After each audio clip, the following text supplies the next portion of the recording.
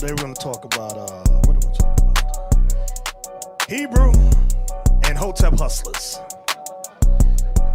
Hebrew and HOTEP hustlers. That's what we're going to talk about today. There's no such thing in the Bible. Listen good what I'm about to say. There's no such thing in the Bible as a black Hebrew Israelite. They be suckering these women into that stuff too. They be getting y'all. Y'all better get your minds right. I tell you, these Hebrew and HOTEP hustlers, I expect the Kemetic community to be exactly as they are today. Unruly, unlawful, hateful. They constantly teach the lie that Moses, watch this what I'm about to say. The HOTEP community constantly teaches the lie that Moses plagiarized the Ten Commandments. We're gonna kill that thought right now. 42 principles of Ma'at. We gotta kill this stupidity. This is where they say Moses, they say his 10 Commandments, he copied from the 42 principles of Ma'at. Today we're gonna talk about, what are we gonna talk about? Hebrew and HOTEP hustlers. Hebrew and HOTEP hustlers. That's what we're going to talk about today. So, we're going to move on now. I wanted to open up with that for all the haters and the trolls out there. I want to show y'all now all the similarities between the Israelite community and the Kemetic community. I'm back on that again because they're so close, so similar, it'll make your head spin. I ain't doing it out of hatred because I love our people. We do love our people. We did come from the Kemetic community. We were part of the Black Power stuff and all that. HOTEP, fist in the air, beads. I don't know, some of them beads look strange to me, but I ain't gonna say what I think they look like. But anyway. But so that we can all, the prayers that we can all repent. We can all repent and make the necessary changes to our lives and our doctrine. Everybody understand what I'm saying? Okay. I'm gonna show y'all a video. I'm gonna show y'all a video about the HOTEP hustlers. Sorry to bust your bubble, but that's just how things are. Wanted to start the year off by talking about these HOTEP hustlers. The reason it has become an issue is because in 2017, we have this entire group, this entire movement of quote-unquote Pan-Africanists. We have this entire movement of people who work on this agenda of more African than thou, who are quick to call anybody from Serena Williams to Jim Brown an Uncle Tom or a coon or jigaboo or anything else under the sun because they hold a different political, social, economic, any other belief than them. These individuals do not have their own agenda. These individuals do not have their own achievements. These individuals do not have their own economic plan for people in the African American community. The only thing that they do is criticize. The only thing that they do is push this line item that if you do not smell like incense all the time and don't take baths, walk around stinking, that somehow you are not pro-black enough, that somehow you are not African enough for them. But you have to ask yourself the question, well, what makes you so quote-unquote African? Because I know people from the continent. You know, my sister's husband is from Nigeria. We had a bunch of Ghanaians at the house last night, and they don't talk about Pan-Africanism. They don't talk about Africanism. They don't talk about even nationalism. They talk about tribe. So when I see you walking around with a Kemet cloth on from Egypt, and you got on a Ashanti rag, and then you're speaking some Kwanzaa stuff that's in Swahili from Zaire? What are you talking about? You look foolish. You don't know what the hell you're talking. It's like somebody walk around with some Adidas shoes on and some Nike pants and a Reebok shirt and an Under Armour hat. You look like a dang fool. If you do not become completely entrenched, don't tell me 4 or 5 words in a different language that you found out about and you heard somewhere, you read on a Cracker Jack box. Read me a sentence. Read me a book. Become fluent in the language. Become fluent in the history. Because otherwise, you're no different than those who seek to colonize us. They do not teach actual African traditions. They don't teach actual African religion. They don't teach actual African history. They teach you mysticism. They teach you some strange form of almost voodoo. Because if you actually wanted to know about the history of Africa, you could just download a book. You could just look at the 1897 massacre in Benin. You could look at the British sacking of If. You can look at the history of the Gold Coast or the Ivory Coast or Cote d'Ivoire. You can find out about the Zulu massacre. They don't want you to actually know that. They want you to believe in burning incense. They want you to believe in things which are not. This is the funniest thing that I've heard over the holiday break. I heard a brother talking to me about polygamy, and he ain't got no job. Look, the whole idea behind polygamy is you get to have as many women as you can support. So any woman who has to go to work, that's not polygamy. Now you pimping, brother. Now you mastered the game. I ain't knocking you for that. I'm not hating on you for that. If you can get 3-4 women to pay all your bills, then more power to you, my brother. But don't call that polygamy. That's not polygamy. What that is pimping. Now what's pimping? Pimping. But if you were sitting around somewhere and you got 3-4 women going to work to pay your bills, you're not a polygamist. You're a pimp. And so they will tell these women that, well, in the African tradition in our society, what we do is a man must have a large family. Like, no, that's not how it works. The king has a large family. You know, if you were to transport that idea to America, well, I'm a lawyer. I have a radio show. You know, I'm an upstanding member of the community. I'll get 3, 4, 5 wives. Obama is a constitutional law professor, the president of the United States of America. He'll get about 30 wives. You are a janitor at Waffle House. You don't get a wife. Not being mad at you, not hating on, not saying that blue-collar jobs are a bad thing. But in order, if you want to tell people about these African traditions, well, the people at the bottom of the totem pole don't get the same benefits as the people at the top of the totem pole.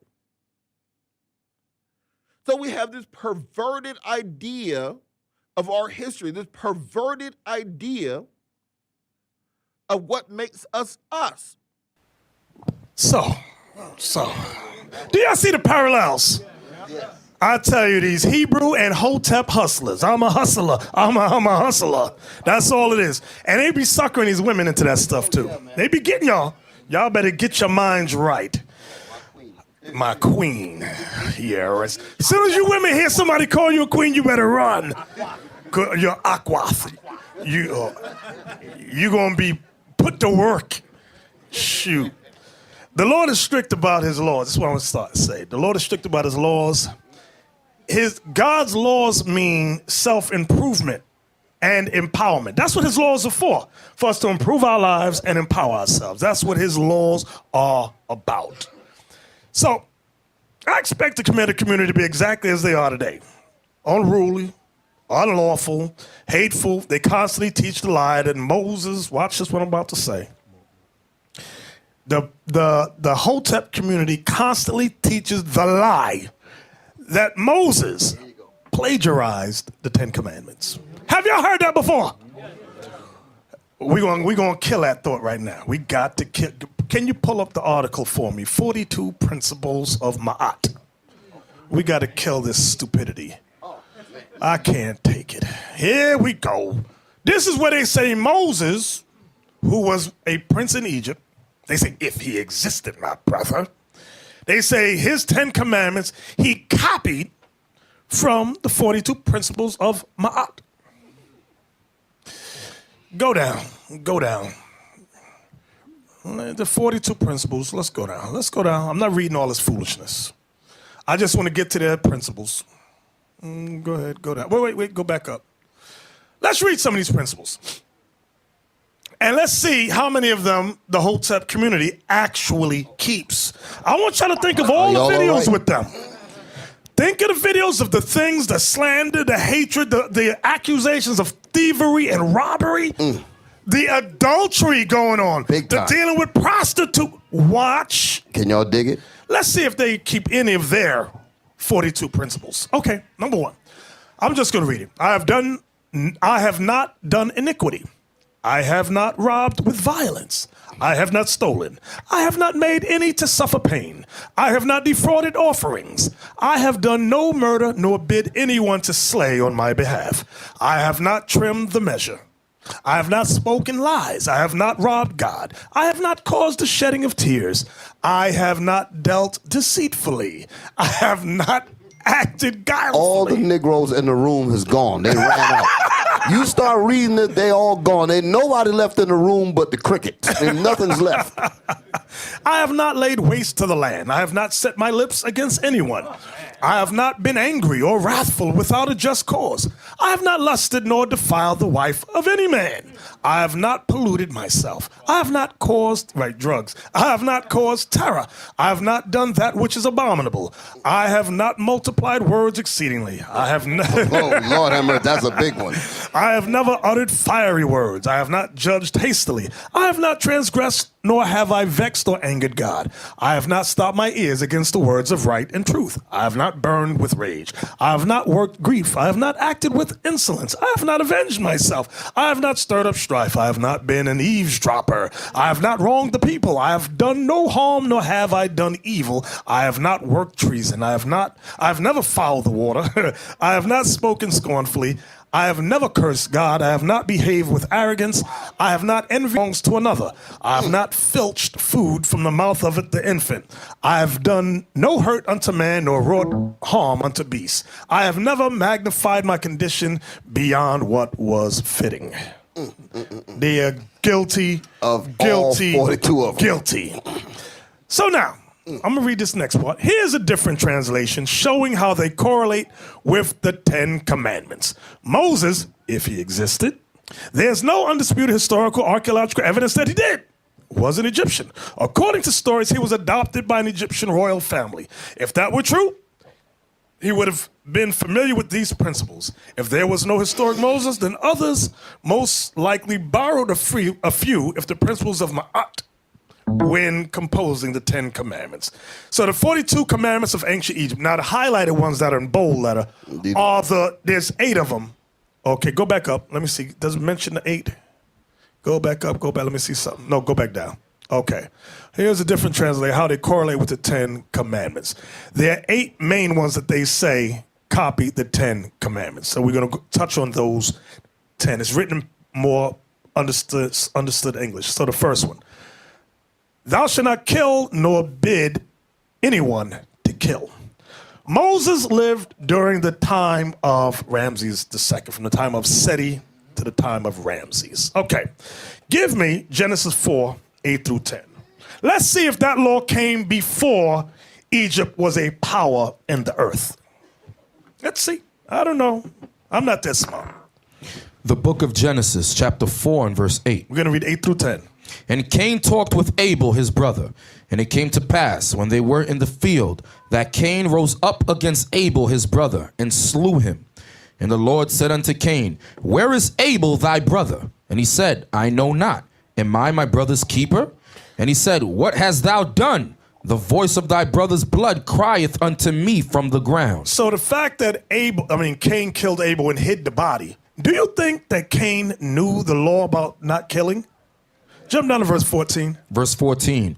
Behold, thou hast driven me out this day from the face of the earth, and from the face shall I be hid, and I shall be a fugitive and a vagabond in the earth. And it shall come to pass that everyone that findeth me shall slay me. So proving there was more people on the earth other than Adam and Eve, Cain and Abel. So remember, Abel was just killed, so that would mean Adam, Eve, and now it's just Cain. It says, Cain just said, read that part again, whosoever. And And it shall come to pass. And it shall come to pass that everyone that findeth me shall slay me. So it obviously was more people than Adam and Eve, Cain. Everybody see that, right? So he said, whoever finds me shall kill me. What was he basing that on? Let's go to Genesis 9 and 6. This is when Noah got off the ark. Genesis 9 and verse 6. Whoso sheddeth man's blood, by man shall his blood be shed. So Cain obviously knew that law. Everybody understand? Everybody see that? So the law of thou shalt not kill was way before Egypt. Okay, let's go back up here. Number 2. This is the second negative thing. Thou shalt not commit adultery or rape. Okay, they say that came about during the time of Egypt. Let's find out. Give me Genesis 2:24. Genesis chapter 2 verse 24. Now, adultery is breaking the law of marriage. That's all it's talking about. Go ahead. Therefore shall a man leave his father and his mother, and shall cleave unto his wife, and they shall be one flesh. You see the part, cleave to his wife, there shall be one flesh. That means one woman for every man. Everybody see that? Give me Genesis 3:16 now. Genesis 3 verse 16.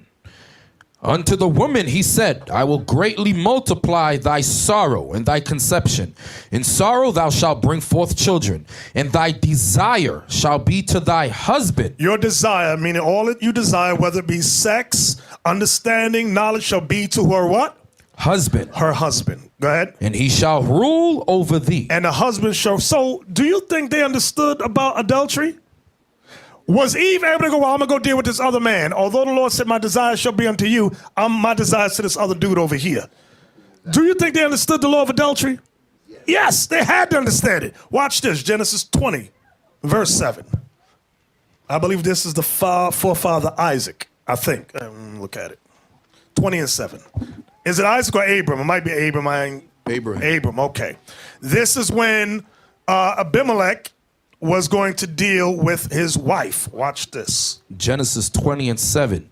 Now therefore restore the man his wife, for he is a prophet, and he shall pray for thee, and thou shalt live. And if thou restore her not, know that thou shalt surely die, thou and all that are thine. So do you think they understood the law of adultery back then?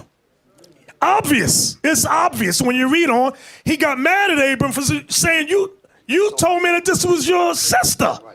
You didn't tell me this was, they understood, thou shalt not commit adultery. What are we proving? The laws preceded Ma'at in Egypt. The laws were there before Moses. Our people, stop listening to Negroes. Let's go down to the next one. It's highlighted. Go down. Go down. Okay, number 10. Thou shalt not steal, nor take that which does not belong to you. Give me Genesis 31:32. This is, again, before Moses, before Ma'at in Egypt. The book of Genesis, chapter 31, verse 32. With whomsoever thou findest thy gods. Because he had idol gods, little statues of false gods. Go ahead. Let him not live. Before our brethren discern thou what is thine with me, and take it to thee. For Jacob knew not that Rachel had stolen them. Jacob didn't know that his wife had stolen the idols. So do you think they understood what stealing was? Yes, they understood what it was. Whether they kept it is another story. But I'm showing you these laws were there before Egypt was a power. Give me the next one. Verse number 14. The Lord is highlighted. Number 14. Okay, 14 and 15 are the same. Thou shalt not bear false witness, nor support false allegations. Then the other one, 15, thou shalt not lie, nor speak falsely to the hurt of another. Those are the same. Give me Genesis 27:12. Again, Genesis 27 is before Ma'at in Egypt, before Moses. Genesis 27 and verse 12. My father peradventure will feel me, and I shall seem to him as a deceiver, and I shall bring a curse upon me and not a blessing. You see the term deceiver there? Meaning what? What does deceiver translate to? A liar. He said, you're going to put a curse on me. When you read on, she says, no, let whatever curse come, this is a mama speaking. She said, let it be on me because she knew the prophecy. But I'm showing you, they understood about lying. They understood what a lie was. Why? Because the laws were already there from the time of Adam. We're going to show you that too. Give me the next highlighted one. Go down. It should be 28. Yeah, right there. 28, right there. Thou shalt not take God's name in vain. Give me Genesis 6 and 5. Genesis chapter 6 and verse 5. And God saw that the wickedness of man was great in the earth, and that every imagination of the thoughts of his heart was only evil continually. So how are they to determine what was evil? In order to know something is evil and wicked, you got to have what? Laws. You see how these Kemetic people are simple as hell. I can't take them. Go down now to the next one, 32. Thou shalt not covet thy neighbor's goods. Now, we just read an example of that with Rachel, right? With the idols, right? So that was Genesis 31, 32. Now, we could have stayed in the history with Adam and Eve, but watch this. Go to 34.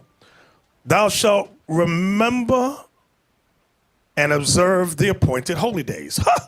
Give me Genesis 2 and 1.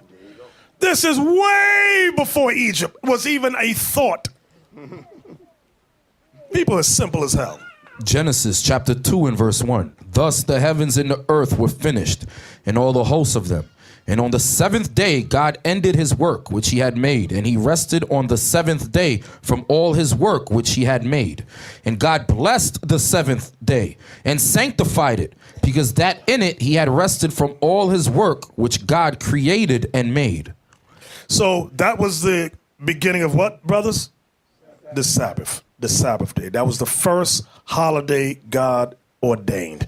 Now, did they keep it? Let's go to Genesis 4, 3, and 4. Genesis chapter 4 and verse 3. And in process of time it came to pass that Cain brought of the fruit of the ground an offering unto the Lord. And Abel he also brought of the firstlings of his flock and of the fat thereof. And the Lord had respect unto Abel and to his offering. So now, watch this. Somebody may say, well, brother, how do you know they offered that on the Sabbath day? Because now when you go to what Moses said, give me Numbers 28 and 10. Start reading 9 and 10. Let's see what was commanded on the Sabbath day. Numbers 28 and 9. And on the Sabbath day, 2 lambs of the first year without spot, and 2/10 deals of flour for a meat offering, mingled with oil, and the drink offering thereof. This is the burnt offering of every Sabbath, beside the continual burnt offering and his drink offering. Go back to Cain and Abel now. You see, the Negro, you got to stay away from some of them. They ain't right in the head. Go ahead. Genesis. Genesis 4 verse 3. And in process of time it came to pass that Cain brought of the fruit of the ground an offering unto the Lord.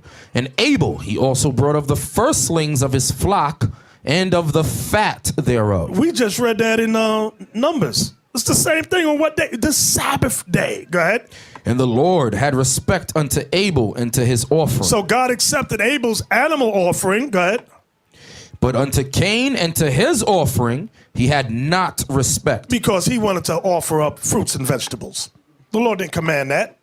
So, give me Isaiah 30. No, that was it. Go down. Was there any more highlighted? Go down, in case I forgot something. No, that was it. And then it goes further down and it says, if thou would have done well, would not have thou been accepted? That's telling you that he knew the law. Exactly. So stop listening to these HOTEP hustlers that teach the lie that the law came from Moses, and before Moses there was no law. That's a lie. Give me that Genesis 2:7. I'm sorry. That is a lie, these people. Genesis chapter 2 and verse 7.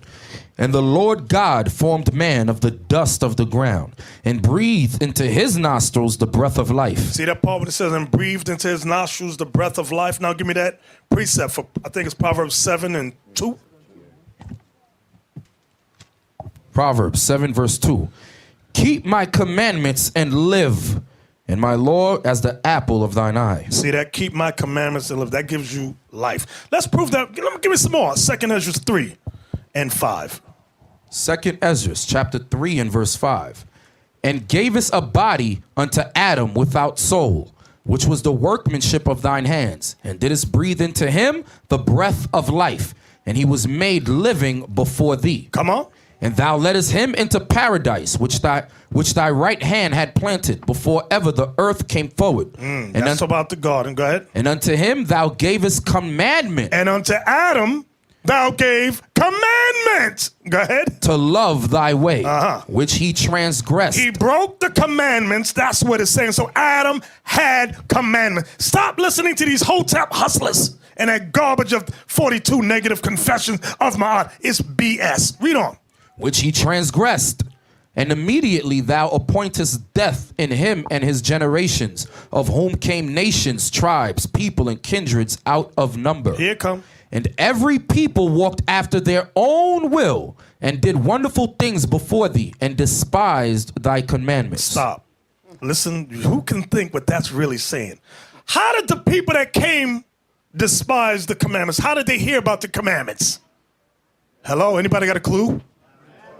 Adam taught everybody God's commandments. This is way before Egypt was a thought. Adam. Talking about Adam. Adam taught all the people the law, and it says these people transgressed. Everybody see that? Stop listening to these HOTEP hustlers. They dumb as a rock. That's why the scripture said, and Adam also, whom thou madest Lord of all thy creatures, because he was Lord of everybody, because it was his job to teach everybody. Right. Hey, can you read Genesis 10 and 1? Because you're going to find certain things that mention commandments and so forth. You're going to find them you're going to find some mention of the commandments in any ancient text. You understand? But what you all got to understand is that ain't came from Egypt. It ain't came from the whatever ancient country you're going to find back then. It go all the way back to Genesis. It go all the way back to Noah, because guess what? After the flood, who repopulate the earth? Noah's sons, right?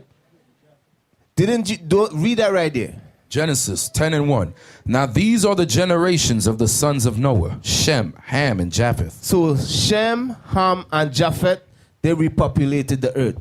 You understand? And guess what? Noah was a preacher of righteousness. Exactly.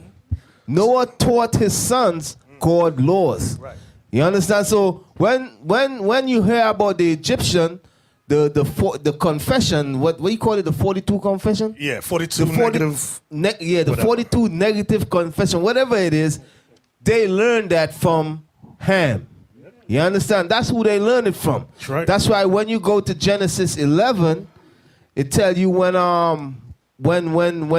Abraham went to the Egyptian land, to Egypt, the Most High came onto the Pharaoh and say, because Abraham had lied and said, listen, I don't want to, this is my sister.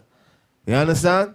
And the Most High came onto the Egyptian Pharaoh and said, listen, don't touch Abraham's wife, otherwise he put a plague on the house. Mm-hmm. And then he turned around, the Pharaoh turned around and said, yo, why you did this? You know how more sleep with your wife? And the Lord say, because how does he know that he don't supposed to sleep with the man's wife? Because that was always instituted. You understand? The laws of the Most High was instituted from the beginning. But a lot of us, as we read, a lot of us went off and did our own wickedness. Exactly. Get Isaiah 30. We're going to read 1 through 5. So again, these HOTEP hustlers are a sham. The point is they hate, not only do they, the reason they don't want to admit they Israel, because they don't want to keep what? God's laws. And we just showed you they don't even keep their own laws. It goes back to Negroes being undisciplined. That's what it's about. They don't like structure, order, nothing. That's what it is. It doesn't matter who said them. They ain't about the laws. They're not about discipline. They're about being loose Negroes. That's right. Watch this. Read on. Isaiah 30:1. Woe to the rebellious children. What does God call us? We are the rebellious children. The 12 tribes of Israel, we are the rebellious children. Go ahead. Saith the Lord, that take counsel, but not of me. Right, we seek counsel, but not of God, meaning we reject the Bible. We go to the Gilgamesh epics and go, look, in the Gilgamesh epics, my brother, there's a flood. So how could there be a flood in the Gilgamesh epics and you got one in the Bible? That means somebody copied somebody. Not knowing the ancient history that, as Deacon Malachi brought out, Noah taught his sons. His sons lived through the flood. When they scattered, remember the nations were separated. Every nation taught about the flood. Why? Because Ham taught his generations, Japheth taught his, Shem taught his. Read on. And that cover with a covering, but not of my spirit. Right, we cover with a covering, but not of my spirit. We want to put on kente cloth. We want to put on a big black power fist. So when the national anthem started playing, I was not looking at the ground. I was praying, the Lord's Prayer. My head bowed and my fist went up in the air. I wore black gloves to represent social power or black power. I wore socks, not shoes, to represent poverty. I wore a black scarf around my neck to symbolize the lynching, the hangings that black folks went through while building this country. We cover with everything but what the Bible says. We want to smell like incense all day. To protect Read on, I'm sorry. That they may add sin to sin. What's that part again? That they may add sin to sin. Our people, we add sin to sin. Go ahead. That walk to go down into Egypt. HOTEP, hustler. You know, HOTEP just means peace. It's same as shalom, means peace. So we walk to go down. We love the Egyptian history. Nobody want to be, what's the African group with the plate in their lip? And a big, no, they got a big plate. They can eat off that thing. Nobody want to be that group. I forgot the name of that group. The Bush people. Nobody want to be them Hamites. Everybody want to be the distinguished Egyptians. You know, Egypt had different families that run up, different nations that ran up and rule that thing. But don't ask these HOTEP hustlers. They'll make you think it was just all black people. They won't mention the Arabs that went in there and conquered. They don't mention the Ptolemy dynasty. No, just this particular group of Africans. What about them other? Because there's about 3,000 tribes in Africa. Okay, in the group that got them round things in their ears, they got the thing in their nose. Something go through their nose like this. Yeah, that right there. Imagine kissing that. But nobody want to be that. Nobody want to be that. You know, find me one with a plate. I see one with a plate.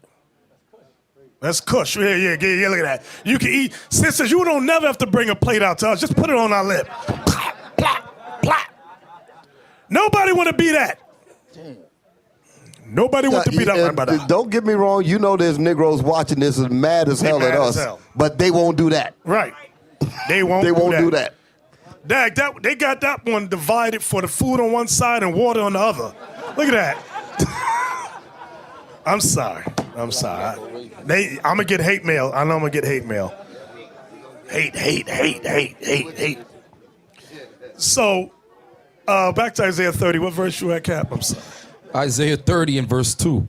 That walk to go down into Egypt and have not asked at my mouth. Our people never sought counsel from the God Almighty, the God of Abraham, Isaac, and Jacob. We always went to some other God. Let me see what Ra says. Let me see what Isis says. Let me see what Akhenaten, or no, that was a pharaoh. Tammuz, or give me another Egyptian god. I can't even think of them names. Lupus. Not lupus. Jab, thank you. Ain't lupus a disease? No, lupus. The next thing on yellow, Zika. That might be an Egyptian god too. Ebola is an Egyptian god. Read on. And have not asked at my mouth to strengthen themselves in the strength of Pharaoh. That's what these Negroes do, our people. We try to strengthen ourselves in the strength of Pharaoh. Go ahead. And to trust in the shadow of Egypt. And our people trust, because the real Egypt, guess what, brothers and sisters? It don't exist no more. It's gone. It was conquered, overthrown. The ancient Egyptians, you had the Watusis, you had some of the people of the Sudan. They ain't ruling. The Arabs whooped them and pushed them all out. Said, no, this is my land now. Get out. All the Arabs took it. They took it. The Arabs is in there destroying some of the pyramids. Read that again.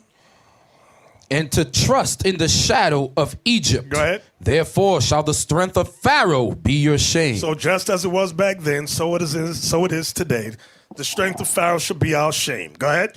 And the trust in the shadow of Egypt, your confusion. That's why people are so confused. They can never, these HOTEP hustlers can never come together, organize nothing. Never benefit the people, nothing, one iota. Go ahead. For his princes were at Zoan, and his ambassadors came to Hanes. Haney's, that was in the past, historically. Go ahead. They were all ashamed of a people that could not profit them, Our people were ashamed back then. Our people today are ashamed now. Go ahead. nor being help nor profit, but a shame, and also a reproach. So now, give me Romans 12. Let me tell you about the laws of God in brief. I always joke about the HOTEP and Hebrew community. I always joke about it because they're very similar. You can draw parallels, okay? They pride themselves on being, one group uses the word conscious, the Israelite community uses the word awoke. I'm awake. You awoke, my brother? But all in all, each group, they argue, debate, slander, filled with hate. You see that parallel in both of them. And they argue and I'll say, my philosophy is better than your philosophy, but I'm going to tell you the philosophy that's missing out of both communities. God's laws. Give me that Romans 12 and 2. This is what God's laws do. Romans 12 and 2. And be not conformed to this world. Be not conformed to this world. Go ahead. But be ye transformed by the renewing of your mind. The laws of God is meant to renew your mind. Go ahead. That ye may prove what is that good and acceptable and perfect will of God. Read that again, that verse. And be not conformed to this world, but be ye transformed. Stop. Y'all see that word transformed? That means changed. Let me tell you, brothers and sisters, something. If you still the same grimy, unkempt, uncouth, whoremonger brother or sister as you was when you first came in, you're wasting your time here. You might as well join the Kemetic community. No change at all. The Bible is about transformation. The Bible is about self-development. The Bible is about improving your life. Why? To prepare ourselves for the second coming. Read the whole verse again. And be not conformed to this world, but be ye transformed. Transform means changed, born again, converted. Go ahead. By the renewing of your mind. Your whole way of thinking should change. You got to put off all the negative sins, all those sins that's in you, and get them out. Be transformed by the renewing of your mind. Your mind must change. No longer jumping from woman to woman, you hustlers out there, and you sisters no longer jumping from rod to rod to rod. That life got to end. It got to change. We have to truly change. Read again. And be not conformed to this world, but be ye transformed by the renewing of your mind, that ye may prove what is that good and acceptable and perfect will of God. You know what? In order to prove, see that word prove. In order to prove, what is that? Read that part again. That ye may prove what is that good and acceptable and perfect will of God. In order for you to prove that, in order for us to prove that, we have to be changed. We have to be changed and apply the laws of God to our life. That's how you prove what is that good and acceptable and perfect will of God. If you're not living it, you're not proving nothing. You just whistling Dixie. You just talking smack. You might as well go on the stage and just talk. Pay me $3,000 for a debate and just talk your talk. Talk your talk, nigga. Talk your talk. Talk your speech. That's all they do. So the HOTEP community does it just as the Hebrew community does the same thing. And we're going over this not out of hatred, but so that we can all come to the understanding that the Bible is the only true book. We must apply what is written to our lives, or we're no different than our brothers and sisters that's in the HOTEP community. We're no different than them, okay? We have to show and prove. Read that part again about prove. And That ye may prove. that ye may prove what is that good and acceptable and perfect will of God. You see that? So we have to be, our minds must be transformed. Our minds. So day after day, week after week, month after month, year after year. What do you hear? Debate, debate, debate. Hate, hate, hate. Slander, slander, slander. In both the HOTEP community as well as the Hebrew, quote unquote, Hebrew community. No true organizing, no structures, no unity. Biblically, we've always loved drama. Black people, Latin people, you ever see when something pop off? Like World Star. You ever see World Star? How many views and hits? And Jerry Springer is almost a billionaire based on the drama of blacks and Latinos. Exactly. He learned the Negro. Exactly. And he built his whole program, Maury Povich, Right. all of them. They said, study the Negro. That's what's in that book called The Miseducation of the Negro. He said that the people, they don't study economics and all that. They study the Negro. Right. And then they build their empire just by watching how we act. It's a shame, but that's exactly what they've done. Right, exactly. So biblically, we've always loved drama. We always love to hear. That's what debate's about. I want to hear a new doctrine that you got. You ever watch some of them things? Everybody in the audience goes, ooh. Nobody ever repents out of those debates, those lectures. Nobody ever changes their life. The only thing they do is wear incense, say HOTEP, and wear kente cloth. That's all they do. And they got mixed up languages with Swahili and all these other different things. They try to mix in and say they're pro-African. You bunch of liars. Give me Acts 17. I'm going to show you about the history that we love to hear new doctrines. Acts 17. Acts 17, we are going to read 19 through 21. Now, what we're about to read, let me set it up for y'all, because y'all may or may have not read it. I'm going to inform the apologetics community, and I'm going to inform the HOTEP community that the Israelites, the Jews, are black. And we did live in both Greece and Rome, and I'm going to prove it. Acts 17 and verse 19. And they took him and brought him unto Areopagus, saying, may we know what this new doctrine whereof thou speakest is?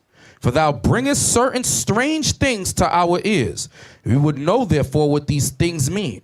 For all the Athenians and strangers which were there spent their time in nothing else but either to tell or to hear some new thing. Y'all see that? So the Athenians, these were these were our people. They love to hear new doctrines. They would go to the what's that thing called?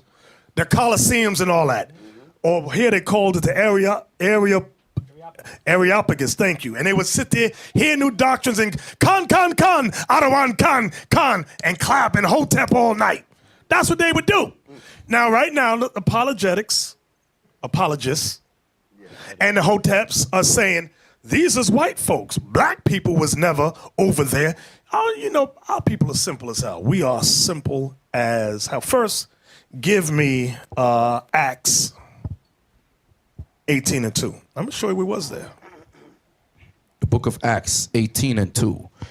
And found a certain Jew named Aquila, born in Pontus, lately come from Italy, with his wife Priscilla, because that Claudius had commanded all Jews to depart from Rome, and came unto them. So, Claudius Caesar made an edict to get all the Jews out of Rome. We were in Rome.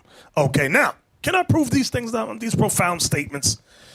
Give me the book, Blacks in Antiquity. Oh, yeah, you got that book. Yeah. Snowden, man. I want the cover. Just put the cover up first. It's orange. Right.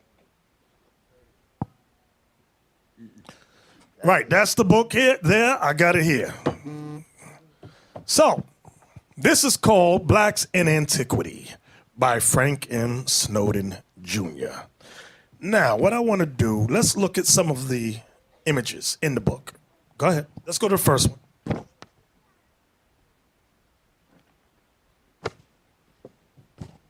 Okay. Let me see what page that was on. Let me look. I'm going to put that page back. Let me look. I want it in order, though.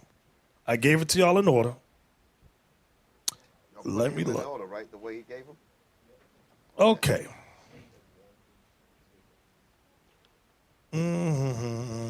Bear with me a second.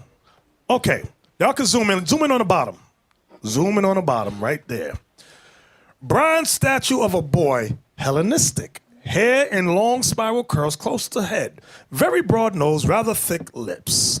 Now, the word we want to tune in is the word Hellenistic. Can we look up that word Hellenist? Can we look it up? And let's look at the image now. Go back to the image. Pull down. Who got a Bible dictionary? Bible dictionary. Let's read what it says about Hellenists. Somebody help me. He certainly doesn't look like Jeb Bush. Not at all.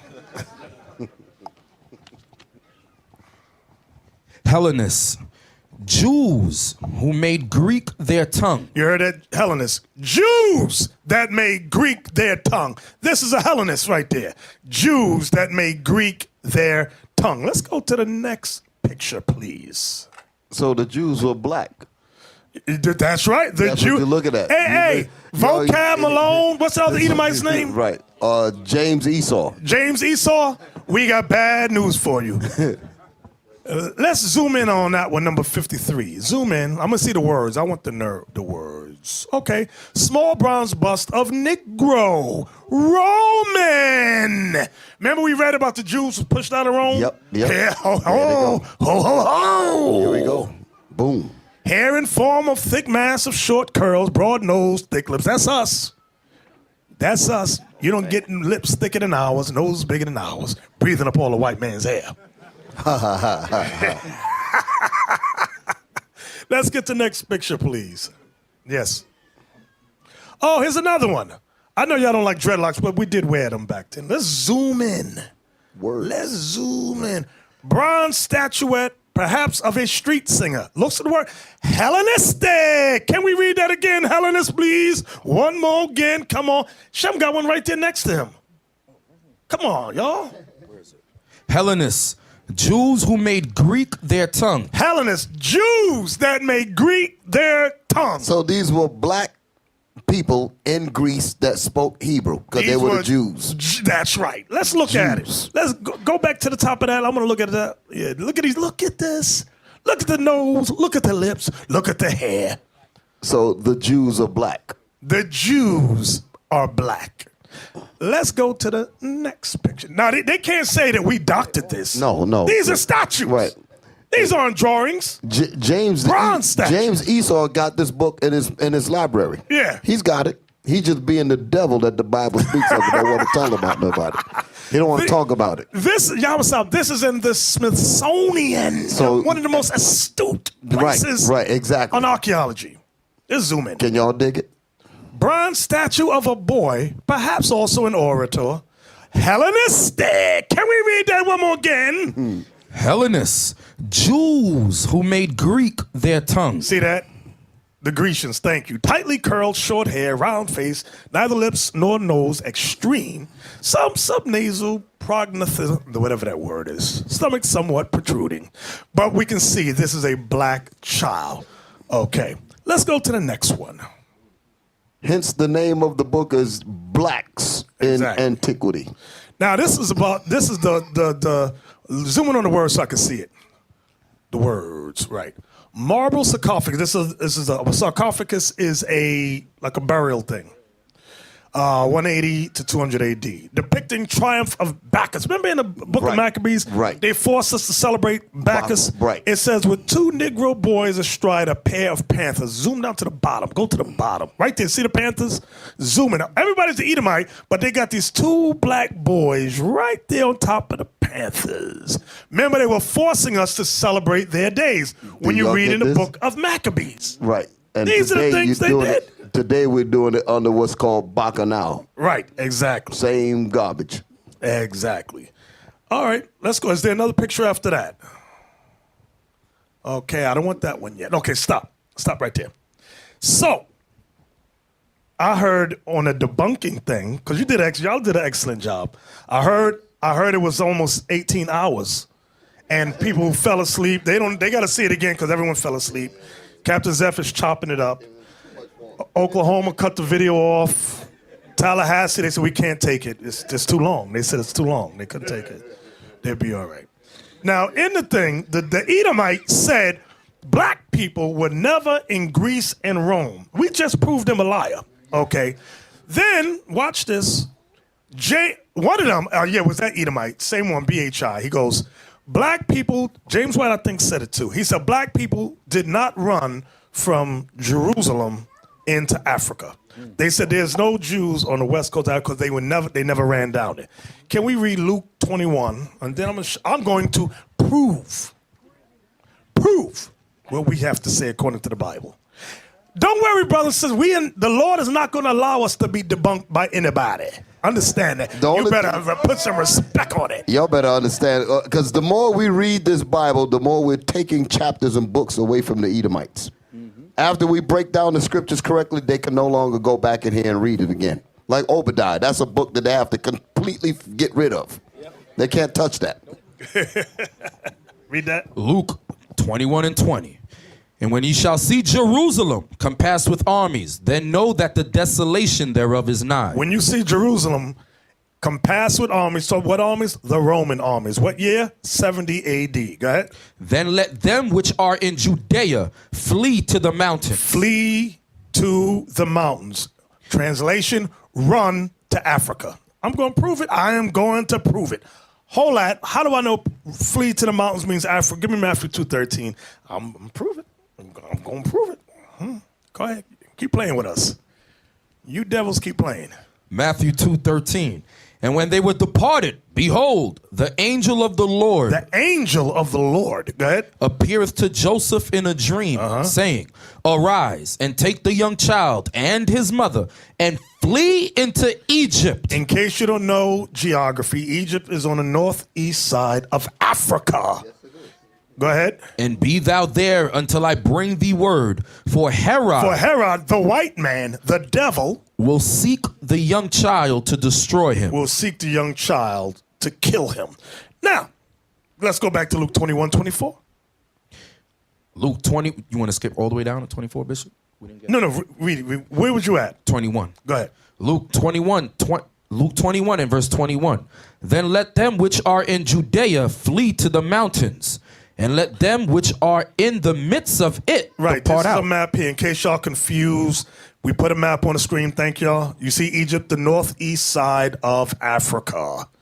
So I'm so confused. Where's Egypt at? Right. The white man told me everybody's white over there. Read on. And let not them that are in the countries enter thereinto. For these be the days of vengeance, that all things which are written may be fulfilled. But woe unto them that are with child, and to them that give suck in those days. For there shall be great distress in the land, and wrath upon this people. Because they blocked us off from getting food and water for 7 years. It forced us to go into cannibalism. That's what it's talking about. Go ahead. And they shall fall by the edge of the sword. The Israelites that get caught shall fall by those of you that don't run, you shall fall by the edge of the sword. And shall be led away captive into all nations. Those of you Israelites that get caught, you're going to be made slaves where? Into all nations. And Jerusalem shall be trodden down of the Gentiles. The white man shall trodden Jerusalem. The white man shall rule Jerusalem. That's what happened in 70 AD. So now, did we just read what Christ commanded them to flee to the mountains, right? The devil said there's no Jews in Africa, no black Jews in Africa. I don't know if y'all seen the video. Give me the map, the 1700 map. I'm going to piss everybody off. Now you done messed them up because they mind going to mess up. And guess what? If our printer works, we can print it out and give them all copies if they want. This map was done in the 1700s. Let's zoom in. I got to zoom in. I got to see the words. Go down to the Gold Coast. You see Gold Coast right there. See that? Gold Coast. Zoom in. Zoom in. Zoom in. Now, next to it, do y'all see next to the Gold Coast what it says? Slave coast. No, right next to it, above it, it says, see, it says proper Kingdom of Judah or Wida Slave Coast. I'm gonna read it again. Kingdom of Judah or Wida, W-H-I-D-A, Slave Coast. Y'all see that right there? It says Judah on the bottom and Judah at the top. Right. So the white man is a liar. He's the devil the Bible speaks of. Tell them where this. He ain't debunking nothing. Hey, that's crystal clear. Where's that map from again? That's for the peoples? 1700s. 1700s. So And the they white got- man knew the Jews had fled and went down in there. You see that? That's crystal clear. That and this right here, right? Thank you. Highlighted right Right. there. I know some of your heart is seeing. This was the last kingdom that retained the name, because after that in Benin they had Fort Judah. There's Right. a book that tells you that Fort Exactly. Judah and Benin, and they brought slaves over there. Okay. Then after that they got rid of this name right there. There's no modern maps that say Kingdom of Judah. But guess what? The Gold Coast is filled with them. All around the West Coast is the Jews. The rest of them got rid of the name. They said, we don't want nobody to know we the Jews. There you go. Our people was trying to hide and blend in. Right. Let's learn that language. Right. Hey, and Deacon Nathan, you brought that information out in that other book because it said that because they were the Jews were being persecuted. So And, they went and hid it. Right, Babylon the Babylon Timbuktu. It Timbuktu. speaks about that in there. Right, because which of is another persecution. book that this demon trying to debunk. Okay, it said the largest exodus was due to Arab invasion. So a lot of us converted to Islam. So we would pretend to be Muslims, but then Ishmael would leave and would be Judah again. So we hid under false names. Exactly. So this was the last kingdom that had the name. So after this, all the maps after the 1700s, you don't see Judah or Wida, which when you look at Wida on I believe it's Google or Wikipedia, one of those things, it'll tell you. Let's go there. Let's check it out just to verify. It might be with a Q. Type in Quida with a Q. Q-U-I-D-A. It's going to say all of them at one time. Right. Cut through it, not to the point. This is Black History. You spoiled it. I spoiled it. I'm sorry, brother. Hey, don't worry, we get them again. They'll just get a double dose of it. That's all. We're going to flood you with it. We're going to kill you with it. If you get a heart attack, sorry. Yeah, Q-U-I-D-A on Wikipedia. Okay, put it on the screen. So when y'all look up, write this yeah, down. Ouida. Ouida with an O, O-U-I-D-A. See it says? See, it says the next translation is Spelled Ouida, also. W-H-Y-D-A-H. That's what we just saw on the map, and it's translated Judah. Okay, you see J-U-D. That's what we just saw on the map by the French, and a Judah. It's also called a Judah by the Portuguese. And that's in our other books. So we got the records where it says they fought Judah. Said Fort of Judah, right? Fort By Judah. the French. By the French. So we got the information on that. So what we're showing y'all is that we have the truth. The Spirit of God is working with us. All praises to the Most High. Can I get a con? Con, not a one. Con. Right there. Fort St. John Baptist of Judah. That's the fort. Say it again. The slave fort. It's in Spanish. It says Fort of St. John the Baptist of Judah in Portuguese. Go down. Contents history number 2. See, Fort of St. John. That's it right there. Kingdom of Wida or Kingdom of Judah. It says Wida troops pushed their way into the African interior, capturing millions of people through the tribal wars. That was Ham attacking us. You had the Ashanti come. When you see the Dahomey. other video, they was mad. The Ashanti was doing all of the slave trade. Right. You had a lot of internal fighting. Right. Go ahead. And selling them to the Europeans and Arabs. But what happened was, like over here, you had Esau came, sort of infighting among the tribes of the Northern Kingdom, turned them against each other, and then overthrew them.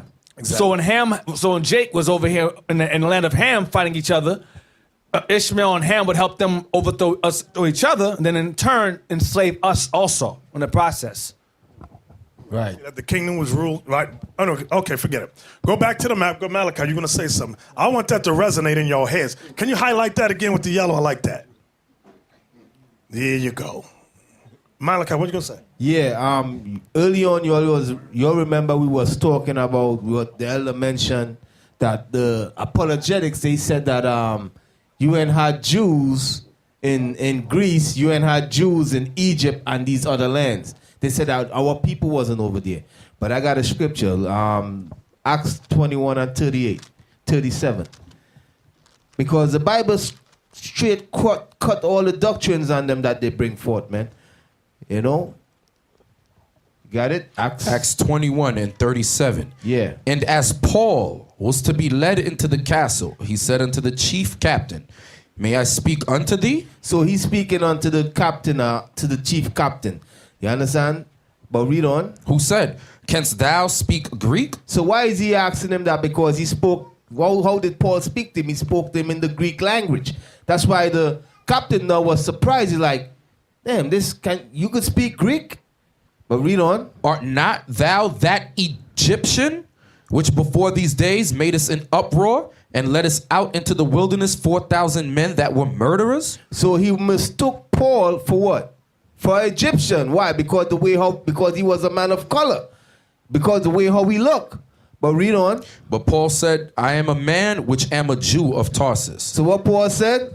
I am a man which am a Jew of Tarsus. So Paul said he's a Jew of what? Tarsus. So read that again. But Paul said, I am a man which am a Jew of Tarsus, a city in Cilicia. It's in Turkey. In Turkey. All right. So Paul was in one of them cities same way. You understand? Real quick, get Acts 6, verse 9. The problem is that Esau trusts that niggas don't read the Bible. He uses his paleness and he'll just believe what he says. His whiteness. Right. He ain't a walk on paleness. He ain't even that. That's a compliment calling him white. So Cilicia was an early Roman province. Right. Located in what is today the southern coast of Turkey. Right. Okay. Acts 6 and 9, this goes along with that. Acts 6, verse 9. Acts 6, verse 9. Then there arose certain of the synagogue, These are the elders of the synagogue that were arguing back and forth with Stephen before they killed him. Go ahead. which is called the synagogue of the The Libertines, synagogue of a place called Libertine. Go ahead. and the Cyrenians. Cyrenians is Libya. It's a Greek Hellenistic town of Libya. That's Africa. Go ahead. And Alexandrians. That's Alexandria, Egypt, which is right there, next door. Go ahead. And of them of Cilicia, There's Turkey. Go ahead. and of Asia, disputing with So Stephen. you have synagogues of Jews in Africa. So what these guys talking about? They think we don't read the Bible. That's their downfall. You still don't trust the niggas read. We read. We thorough. Stop.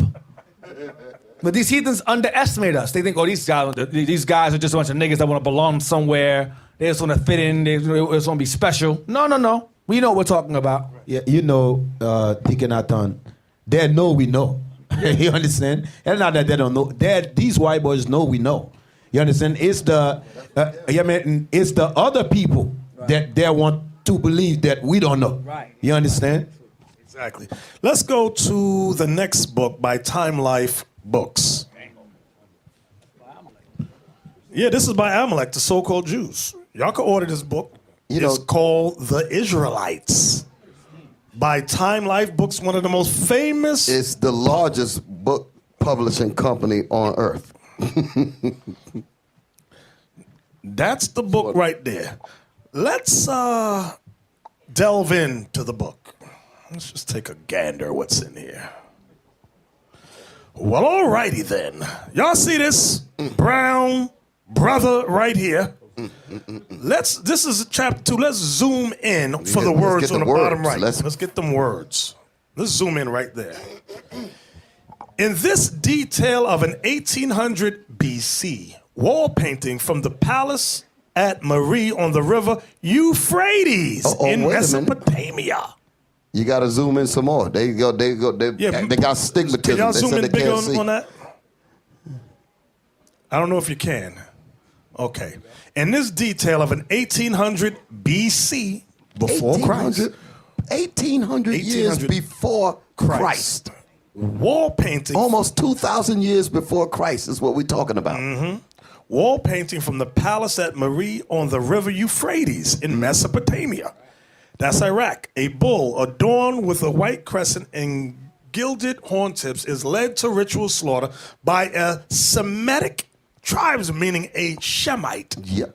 Remember the dude was saying we're not Semitic. There you go. He said we are Hamitic. He said the Semites are Caucasian. Right. The devil. But 1800 years before Christ says different. Exactly. But let's read on.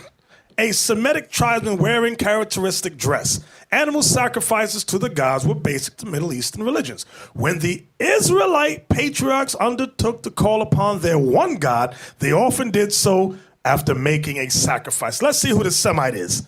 Let's look. Is that a white boy right there? No. That's not a white boy.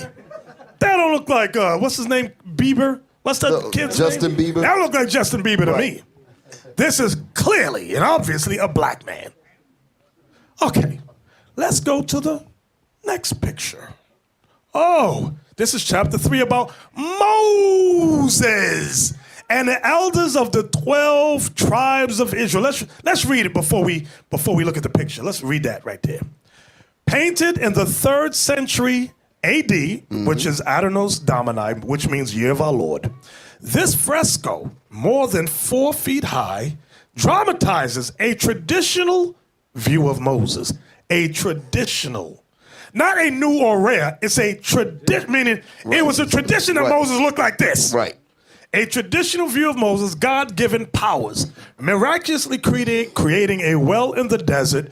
He provides water for 12 tribesmen who, exhausted by the flight from Egypt, had lost confidence that he would save them. The work was discovered on the wall of a synagogue in Dura Europus. That's the same spot where those other people was at on the paintings on the walls. That's in Syria. An Right. ancient city on the river Euphrates in Syria. There you Telling go. Let's look at Moses. Let's zoom in on Moses. You can clearly see the afro. I clearly see the brown skin.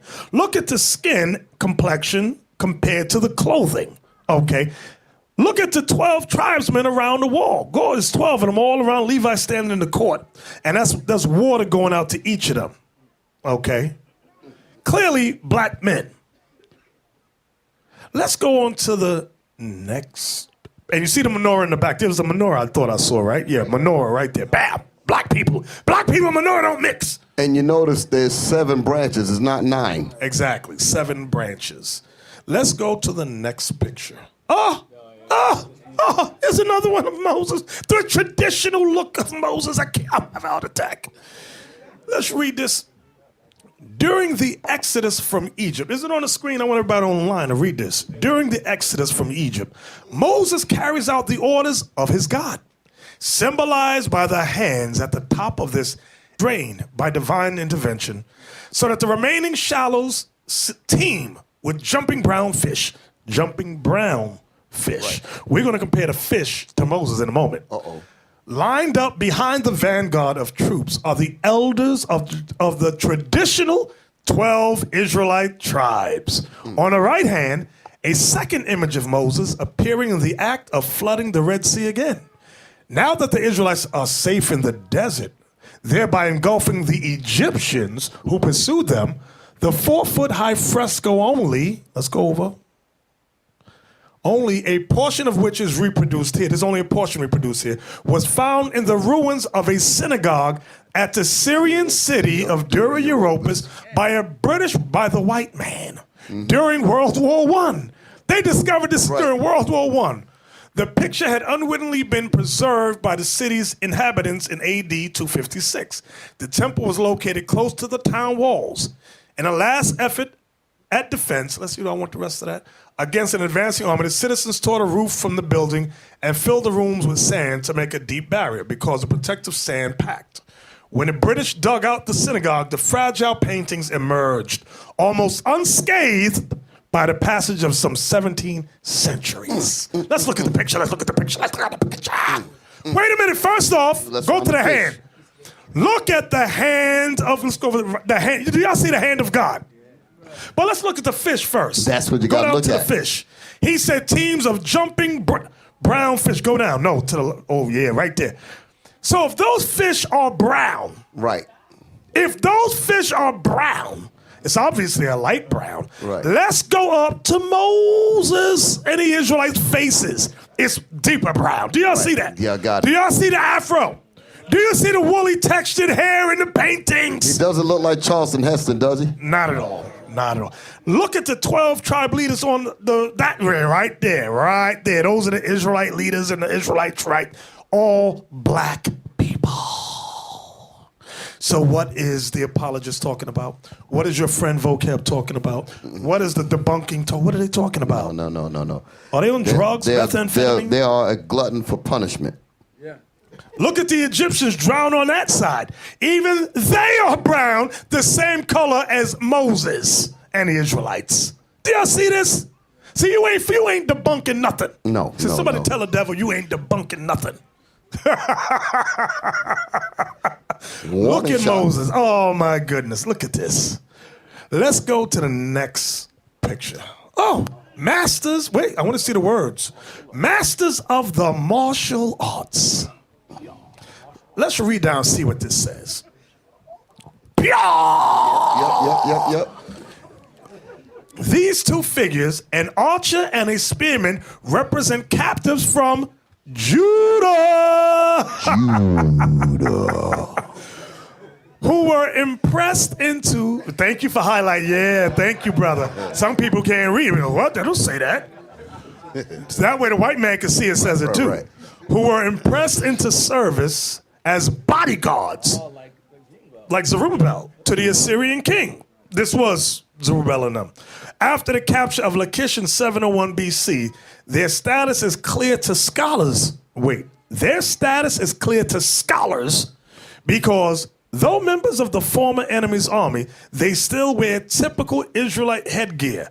This detail is from a stone relief found at Nineveh that portrays a military procession celebrating King Sennacherib's victory. Let's look at these captives, these masters of the martial arts. Let's zoom in. Look at that. Powerful warriors. Look at those beads. Look at that. Look at that. Look like they got beads. You know, remember the things the women be wearing sometimes? Look like that to me in there. But these are black men, masters of the martial arts. Meaning they could throw down. Yep. This is some powerful. You ain't see. The Lord ain't being debunked. I'll put it like that. God ain't being debunked. Right. Okay. Let's go over to the next picture. Oh, let's zoom in. Let's zoom into the words there. You already see the fringes right there. A detail of an alabaster frieze found at an Assyrian palace offers particulars of other ancient musical instruments. Okay, so when we go to the picture, we see that now this is, can we read Numbers 15, Captain Isaac? And this is how we know how to wear our fringes. There you go. Not only does the Bible tell us how to wear it, Right. the archaeology shows us how our forefathers wore the They fringes. understood the scriptures. Look at the cornrows in the hair. You can't get a white boy out of that. Yeah, blow it up big. Let's zoom in. Let's zoom in. Look at that. Right. Look at the hair. Come on. Them's is not white people's. Right. What was her name? Bo Derek. They don't know what you're talking about. I know that old woman. Can you read that, Cap? Numbers, the book of Numbers, chapter 15 and verse 37. And the Lord spake unto Moses, saying, Go down to the picture. I want their fringes. Come on. Read. Speak unto the children of Israel, and bid them that they make them fringes in the borders of their garments. This is how we know how to wear them. You see that? Y'all see that? Right there. Right there. Right. That's the four quarters all around me. Not the shoestrings. Right. Exactly. Go ahead, read. Throughout their generations, and that they put upon the fringe of the borders a ribbon of blue. And it shall be unto you for a fringe, that ye may look upon it, and remember all the commandments of the Lord, and do them, and that ye seek not after your own heart and your own eyes, after which ye used to go a whoring. So according to the law, that was the law that we wear fringes on our borders of our garments. Okay, and guess what? They're not homosexuals, because I heard somebody say if you wear fringes like that or on your shirt or anything, they use the F word faggot. But I'm like, what is wrong with some of these Hebrew hustlers? Let's go. Is there another picture? Okay, so that was it. So now, let's go to Isaiah 51. Does the Bible prophesy our people would lose consciousness to who they are? That they need to become conscious and wake up? Does the Bible talk about that? Let's see. Let's see. Does the Bible talk? Let's go to Isaiah 51. I want to start at verse 13. Isaiah 51 and verse 13. And forgettest the Lord thy maker, that hath stretched forth the heavens. So the Lord is talking about us, the Israelites. We forgot the Lord our maker. Go ahead. And laid the foundations of the earth, and hast feared continually every day because of the fury of the oppressor, as if he were ready to destroy. And where is the fury of the oppressor? And where is the fury of the oppressor? What verse you in, Captain? That was verse 13. Verse 13, go ahead. The captive exile hasteneth that he may be loosed. Our people hasten that we may be loose. We want the Lord to hurry up. We want free. We want free. We want free. Go ahead. And that he should not die in the pit. Our people don't want to die in the pit. Go ahead. Nor that his bread should fail. Our people definitely don't want our food to be cut off. Go ahead. But I am the Lord thy God, that divided the sea, whose waves roared. The Lord of hosts is his name. Go ahead. And I have put my words in thy mouth, and I have covered thee in the shadow of mine hand, that I may plant the heavens and lay the foundations of the earth, and say unto Zion, thou art my people. So Zion, which is another name for Israel, we are his people. Not HOTEP, not Kemet, not Egypt. Read. Awake, awake, stand up, O Jerusalem. So the Lord is commanding us all to awake. Awake. So our prayer is that our brothers and sisters in the Kemetic community can awake. They always talk about they conscious or awake. The Bible commands us to awake, awake. Go ahead. Awake, awake, stand up, O Jerusalem, which has drunk at the hand of the Lord the cup of his fury. Who can tell me what is the cup of the fury of the Lord that we drunk? Who can tell me? Yes, you. What is it? Shalom. Shalom. Slavery. Okay. Where can we read about that? Deuteronomy chapter 28. Right. So the cup of the Lord, the fury, is slavery, which is Deuteronomy 28, verse 15 down through 16, all of that. In verses 15 through 16, you read about slavery, you read about colonialism, you read about imperialism, which is very similar. So read that again. Awake, awake, stand up, O Jerusalem, which has drunk at the hand of the Lord the cup of his fury. Thou hast drunken the dregs of the cup of trembling and wrung them out. You know what the dregs are? You know, after you finish drinking something, there's always some little drop at the bottom of the cup.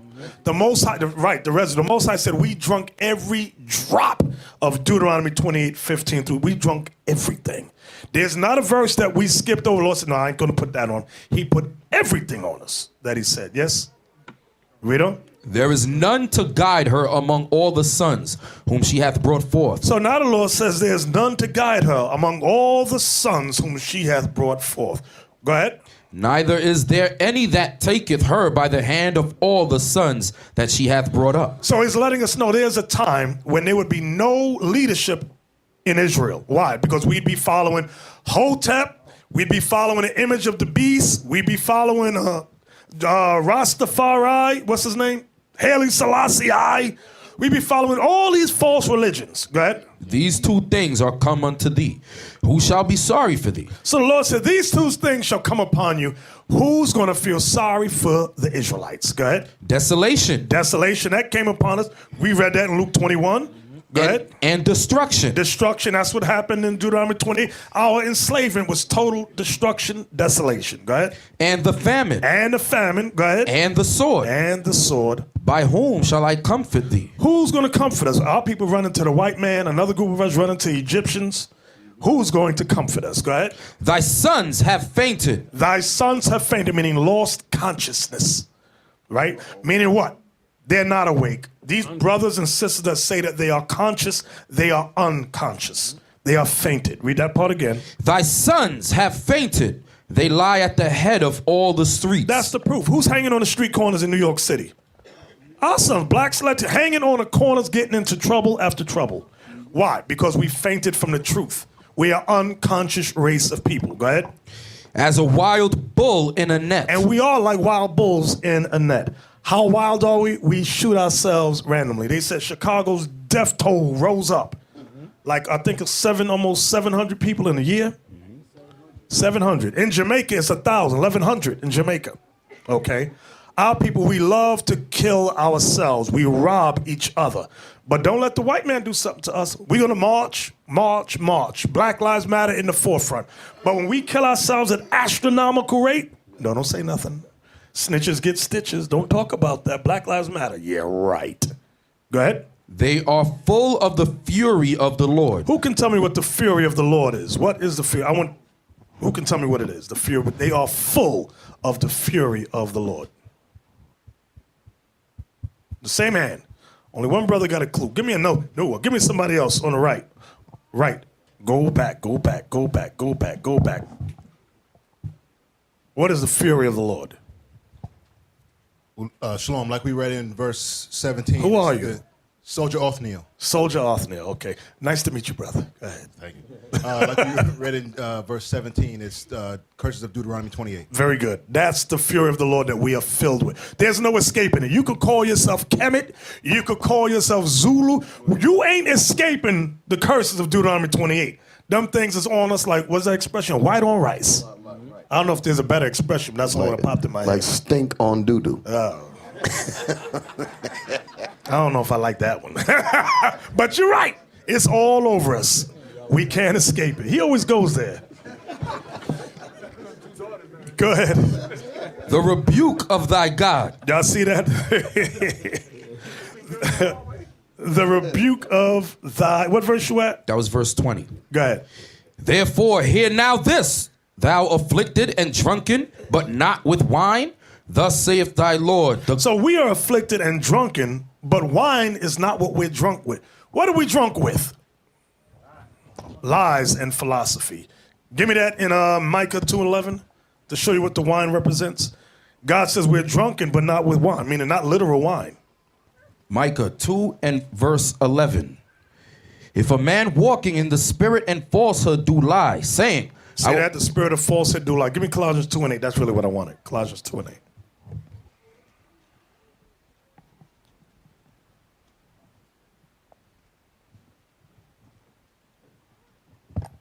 Colossians 2 and verse 8.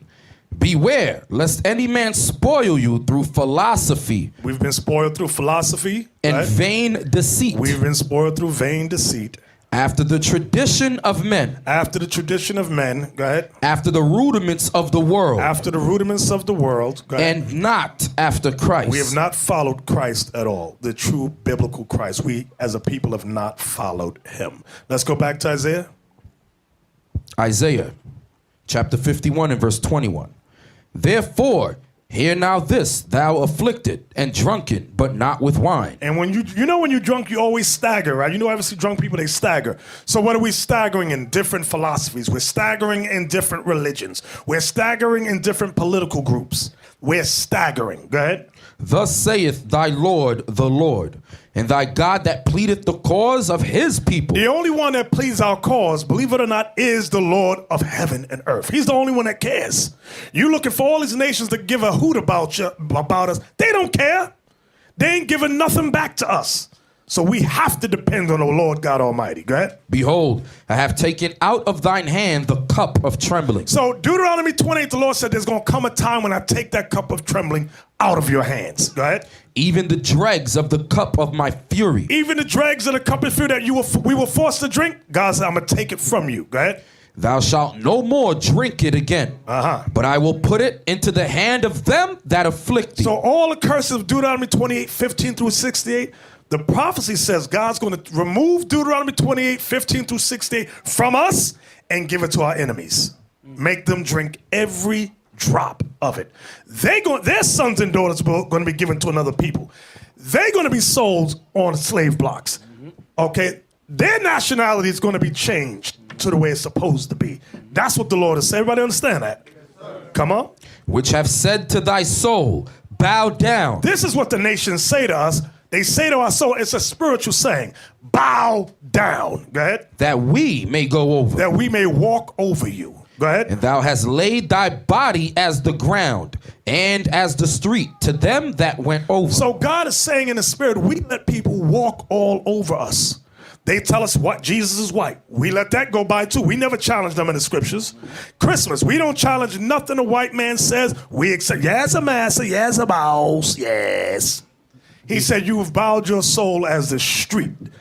That say, bow down that we may go. Let us walk all over you. They poison our food, our water system, like in Detroit. Detroit, yeah. Oh, he's going to get Detroit, Michigan. They said, oh, he's going to give us free college. Free college? You got to live in Detroit for 4 years. But wait, stop. What good is it if I drop dead in 4 years? But yes, thank you, boss. Thank you, boss. That's us. That's us. Bishop, you forget politics. They walk all over us. They tell us every year, 4 years, they're going to do something for our community. They walk all over us. Oh, the latest thing. I don't know if y'all saw that thing with Ben Carson. You know, you got the video? Y'all should put it up on GroupMe, the New York GroupMe. It's with Senator Warren cross-examining Ben Carson, who is nominated to be head over the urban development of housing. I'm going to show you how black people get down in politics. This is going to give us an example of how the nations walk all over us. I'm going to give y'all a minute. But what we're going to see is that we get these political positions, these seats of alleged power. And the only power we are allowed to use is power that enforces Esau. It's never to enforce our own people like Mordecai and Queen Esther did. Because they use their power. Can you give me that, Isaac?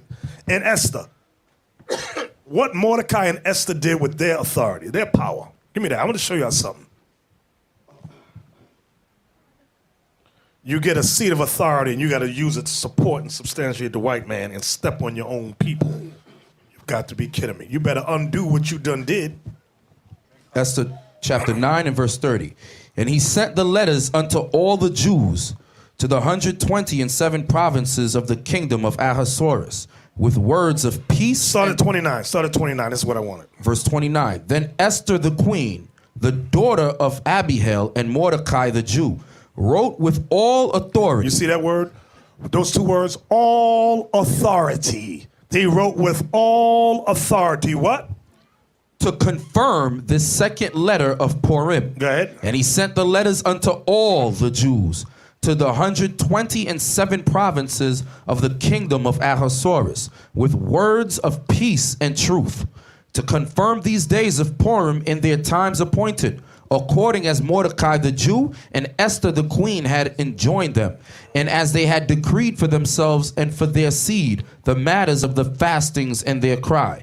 And the decrees of Esther confirmed these matters of Purim, and it was written in the book. When y'all read this history, this is heavy. Jump over to verse 27. Verse 27. The Jews ordained and took upon them and upon their seed. See that? And upon their seed, meaning their people. Go ahead. And upon all such as joined themselves unto them, so as it should not fail, that they would keep these 2 days according to their writing and according to their appointed time every year. So Esther, the queen, she used her authority. She didn't use her authority to abuse her people. She used to help her people. That's so, if you ever work for black people, I don't know how many ever have a black boss. Usually 9 times out of 10, they are worse than a white man. They abuse you, misuse you. That's what they do. Why? Because the master said, I got to treat y'all like this. Okay. Now, here's the video, right?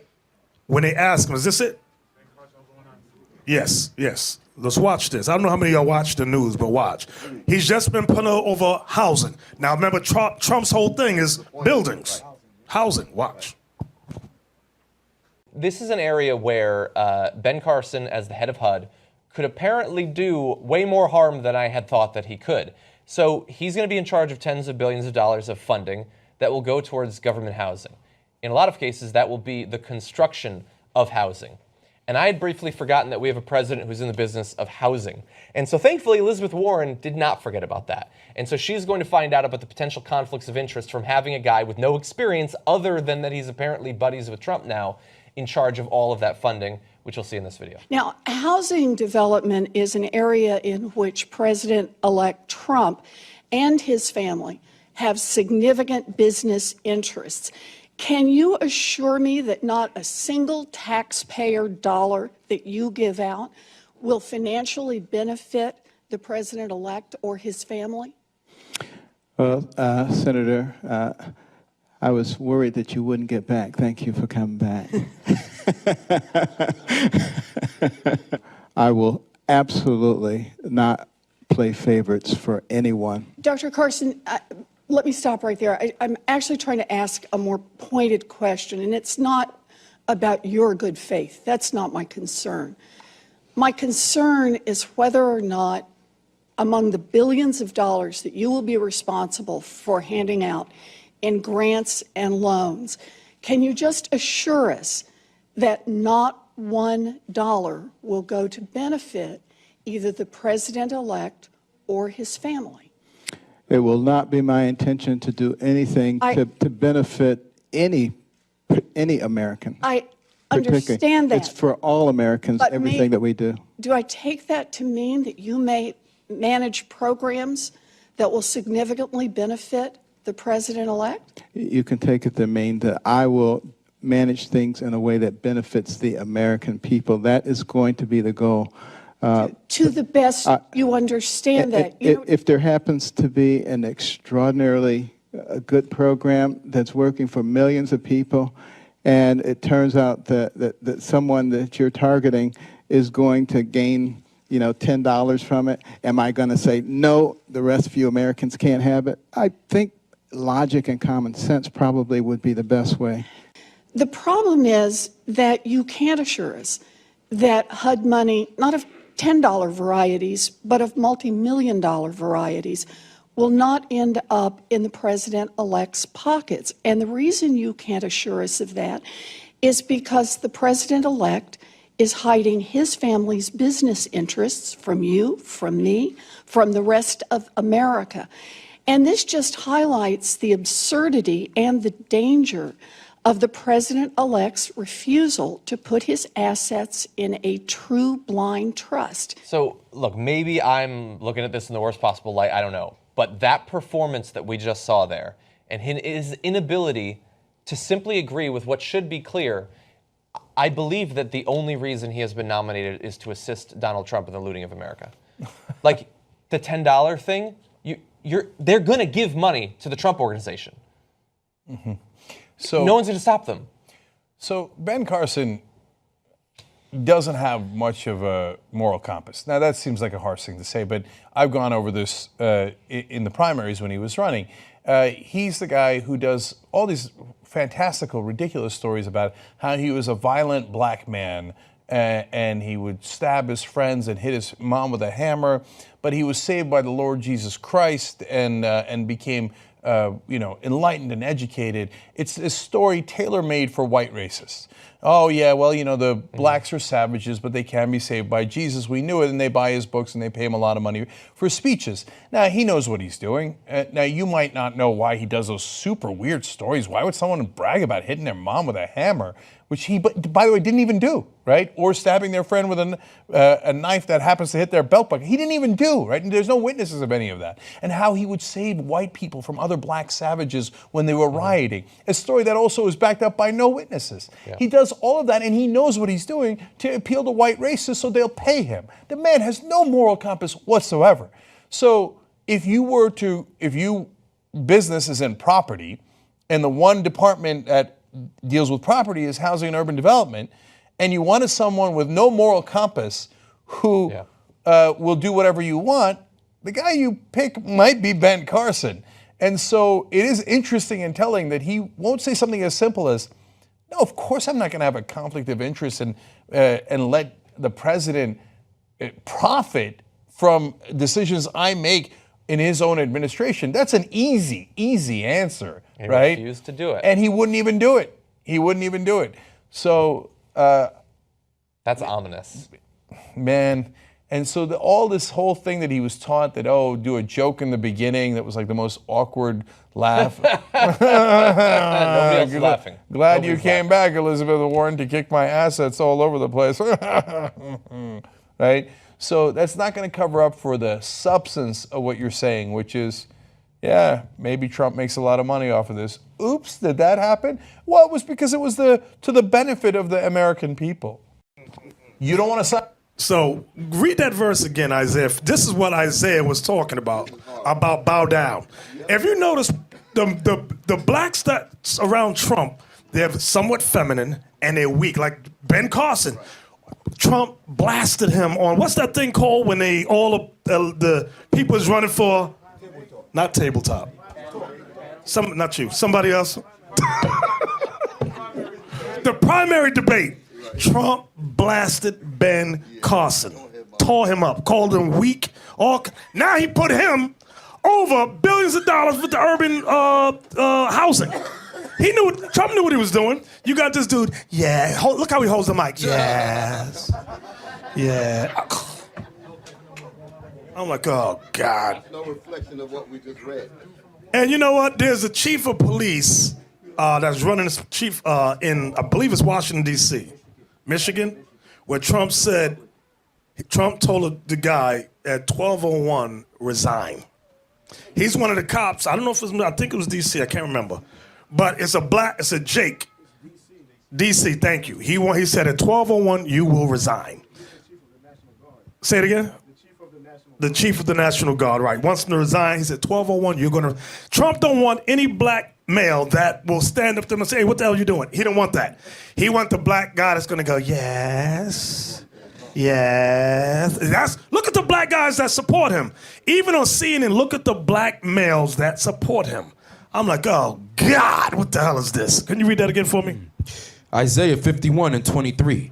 But I will put it into the hand of them that afflict. Now I want bow down. Is that it? Yes, that's the verse. Okay. Which have said to thy soul, bow down, that we may go over. Bow down that we can walk over you. Do whatever we want to you. Go ahead. And thou hast laid thy body as the ground. That's our people. And we have laid our body as the ground. And as the street. And as the street. To them that went over. To the white man that walked all over us. Was that it? Yes, sir. Now that is saying the same thing. Watch this. Go to Ezekiel 37, 1 through 8. This Isaiah 51 is saying the same thing as Ezekiel 37. You went over this today, right? Not today. Ezekiel chapter 37 and verse 1. Uh-huh. The hand of the Lord was upon me, and carried me out in the spirit of the Lord, and set me down in the midst of the valley, which was full of bones, and caused me to pass by them round about. And behold, there were very many in the open valley, and lo, they were very dry. And he said unto me, Son of man, can these bones live? So this valley represents America. I'm going to say it again. This valley represents first and foremost America, the United States of America. And there's a reason why I say it's America. America. Yeah, it's Trump's America now. It ain't talking about Haiti, Puerto Rico, El Salvador. It ain't talking about them places first and foremost. It's about America first. Let me ask you a question. Here's a question. How do we know this is talking about America first? For you brothers, y'all have been reading. I need y'all to pick up quick. Come on. Okay, nobody's hand is up. How do we know? Oh, in the back. Let's see. Shalom, leadership. Shalom. You can use. What's your name? My name is Aaron. Okay, you know I'm slow of mind, so just help me. I would probably start out with Revelation 11, in the great city Sodom and Egypt. Very good. I like that answer. That boy good right there. Read that for me, Captain Isaac. Revelation 11. We're gonna come right back here. I had another one, but that's good. That's good. Revelation 11 and verse 8. And their dead bodies shall lie in the street of the great city. The great city is the greatest kingdom on earth. America. Babylon the Great. Go ahead. Which spiritually is called Sodom. America is spiritually called Sodom because they pass laws for homosexuals, transsexuals, any kind of sexual. There's a new thing. Mm-hmm. You know what that is, LBL? The pedophile law that they're trying to pass. It's on, I think it was GroupMe. It was. Where they passing, it's not called pedophilia no more. It's called, not man love, it's called, anybody remember? No. Not it's that. A new it's new. phrase. It's new. It's a new thing. Tag on.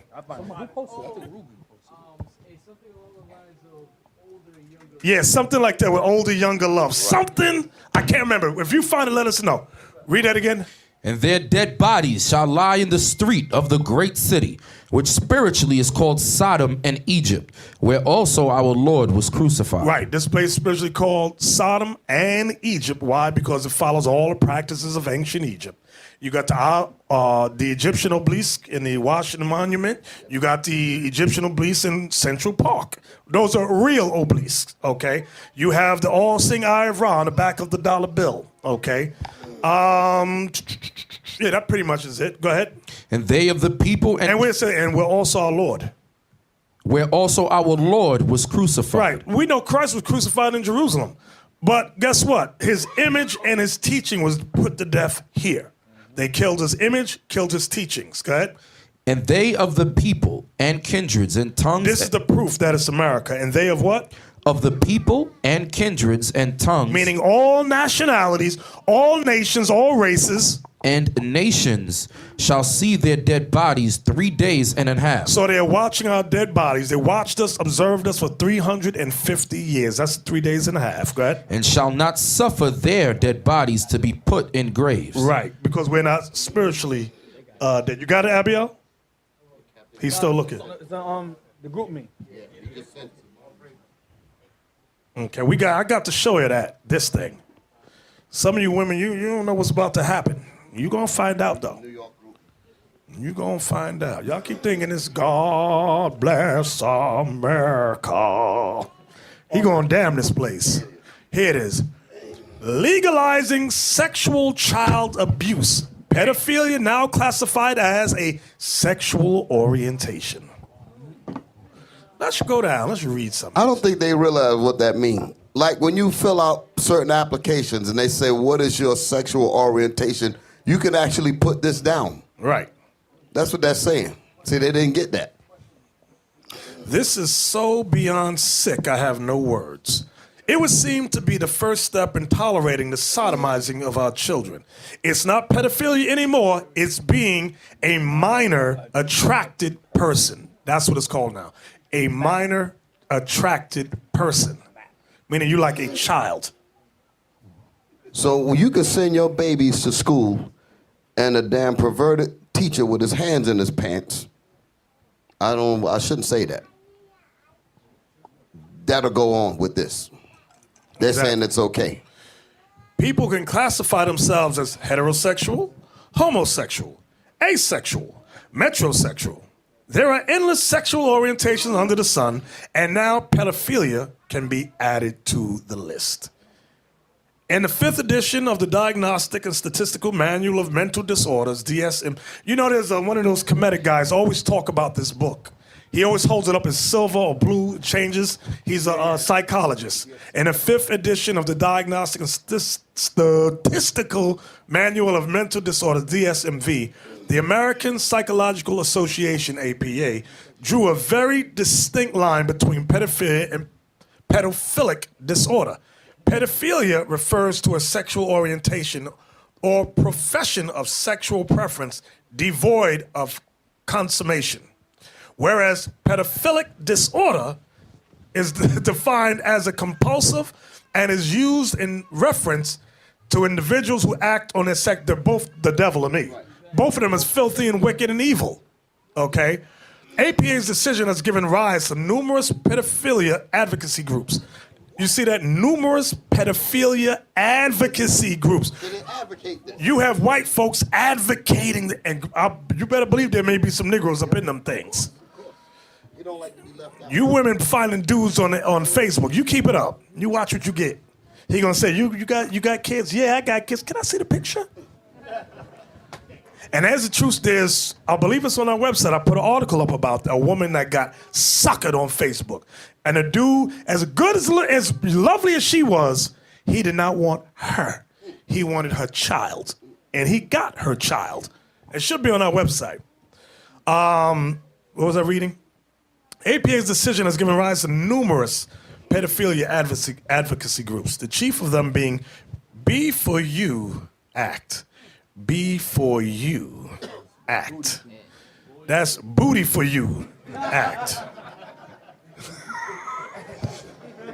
I'm sorry, it ain't funny, but it's nasty. Y'all don't see that this white man is sick as hell.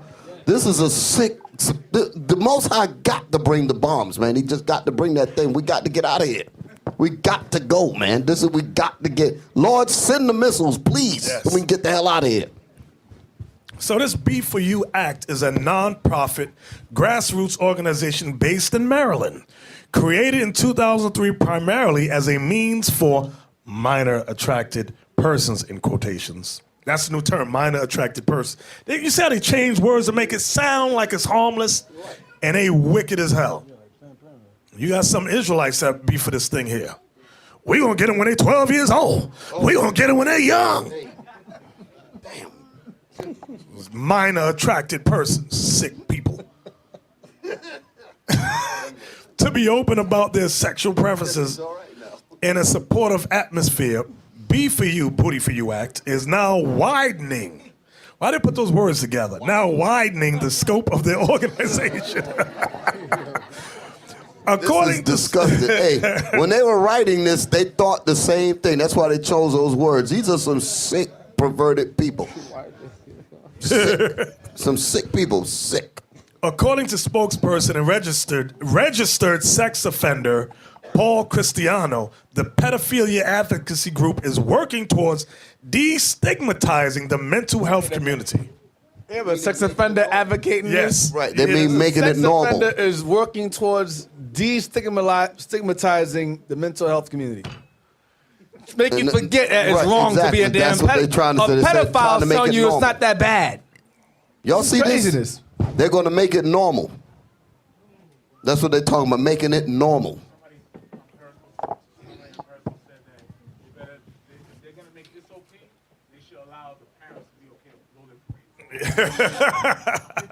But you know what?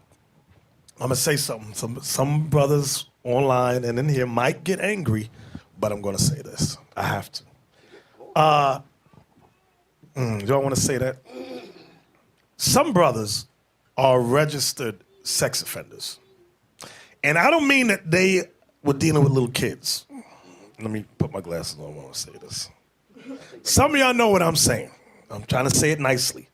But you have been labeled and charged as a registered sex offender because in the projects you have that hoe who is 13 or 14 who looks like she's 20 and told you, or maybe she didn't tell you, I'm just giving you the benefit of the doubt, told you she's 21 and you laid down with her. Now her parents, now everybody in the project may have slept with her. You just happened to get caught.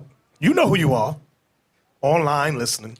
And there's a lot of brothers, unfortunately, because when I tell you I go down special victim, and I was talking to one of the sisters there, and she said, she was telling me a lot of black males and Latinos, that's right. Y'all like to exclude yourself, but I'm talking about y'all too. Registered sex offenders calls it a project hoe. The hussy mama who walks around spreading her behind all through the projects. And she is labeled the hoe because everybody slept with her. Right. It just so happened when you got to her, the parents said, you know what, I'm pressing charges now. And now you got registered as a sex offender. Girl went around telling her she's 20 or whatever. But one of the arguments with this is that if they undo this, you see how he's a registered sex offender, if they allow that law to pass, that means everybody, now it will be, I'll say this, it will be good for the brothers, but it's the backlash is that it's going to affect even the real pedophiles. I don't know if I'm saying it right. I may be saying some wrong stuff. I'll understand what he's saying. I don't know. Them are going, I don't know what you're saying. Are you saying because the brothers that saw the woman, that saw the girl, she was young, 13, and consensual and all that, he thought that she was really 20, 21. So because that wasn't the case, he got the label put on him. So he wasn't trying to deal with somebody 13 years old. That's the point. But he got caught up in it because of the technicalities of her age. So this would remove him from it. But at the same time, while it removed him from it, the stigmatizing, The real demon that's looking Right. for the real 13-year-old, he gets to do it Exactly. with impunity. Exactly. Right. And on top, yeah, my God. Right. If you 18 and you deal, if a brother 18 and he deal with a female that's 17, don't matter if you 1 year older than her. You know, if the parents find out about that, you could go to jail for statutory rape, and you could be labeled as a sex offender. It's not 17, 16. 17 is legal. In some states, it's vary in some the states. states, right. In some states, it's 17. Some states, it's 16. It varies in whatever state you go. You know? Right, but also, this also blows out the water, that statement you hear that homosexuals use, love is love. Now, this destroys them altogether at that point. This is legalized. Go real quick to that thing, brother brought out. It says the DSM. Esau he revises that every other year. Homosexuality was on that list as mental disorder. That's why there was a time when they call it don't ask, don't tell law in the military. Because if you were homosexual, they said you're not fit for war because something wrong with you. So Esau had that removed in the following revision of that. Go back to it. Of the DSM. That's why it says version 5. Was that 5? Because I think around the first 1 or 2, it had homosexuality listed as a mental disorder. But now they removed it because they want to pass that law. They had that intent to pass that law to make it legal. So they removed that. But it's a mental disorder. And they did that under the black president. Right. Yep. Okay, I don't want to read no more. This is filth. Where was we? Ezekiel 31 we were at. Almost done. We're almost done. Let me see what time it is. Yeah, Ezekiel 37, I'm sorry. We're almost finished. So what I was showing you is Isaiah 51, 20 down, about them walking over us, laid our bodies to the ground. It's saying the same thing as Ezekiel 37, 1 through 8 is saying. Read that. Ezekiel 37, verse 4. Again, he said unto me, prophesy upon these bones, and say unto them, O ye dry bones, hear the word of the Lord. Thus saith the Lord God unto these bones, behold, I will cause breath to enter into you, and ye shall live. And I will lay sinews upon you, and will bring up flesh upon you, and cover you with skin, and put breath in you, and ye shall live. And ye shall know that I am the Lord. So I prophesied as I was commanded, and as I prophesied there was a noise, and behold, a shaking, and the bones came together, bone to his bone. You know, they got a song, hip bone connected to the leg bone. It's all based on this. Go ahead. And when I beheld, lo, the sinews and the flesh came up upon them, and the skin covered them above, but there was no breath in them. What this is going into is Israel, the steps it takes for Israel to wake up. So when it talks about the bones coming together, that goes into some type of solidarity. Then it talks about the sinews coming together and the flesh, meaning we identify with flesh that was similar to our flesh. That was that black pride, black unity of the 60s. That's what all this is going into. You even had Israelites caught up in it. But notice it says, but there was no breath in them. What does the breath represent, brothers? The laws. There's no law. You even got Israelites today that still fit that. They acknowledge they're Israel, but there's no law. There's no breath in them. They will slander you, hate you, spread all manner of rumors, and they don't give a daggone about God's laws. So this is saying the same thing as we just read in Isaiah, the 51st chapter. Now when we go back to Isaiah 52 now, because we finished 51, read Isaiah 52, verse 1 and 2, I think it is. Isaiah 52 and verse 1. Awake, awake, put on thy strength, O Zion, put on thy beautiful garments. So God is telling us to wake up. Why? Because in the chapter before it, remember what happened? It said we laid our body as the ground. Now in chapter 52, remember there was no chapters. These were one long thing of letters. The chapters came later. Okay, so we're in the ground, we're on the ground, people are walking over us spiritually. Now the prophet says what? Read again, 52. Awake, awake. Wake up. Go ahead. Put on thy strength, O Zion. Put on your strength, O Zion, O Israelites. Go ahead. Put on thy beautiful garments. Put on your beautiful garments. Meaning what? That covers a whole plethora of things. God gave us a dress code. The dress code represents God's laws. So you got some of us ashamed of that. I don't want to put on my beautiful garments. Who says we're supposed to walk around in sackcloth? And you know what? Even the nice stuff that looks nice, it's still considered sackcloth.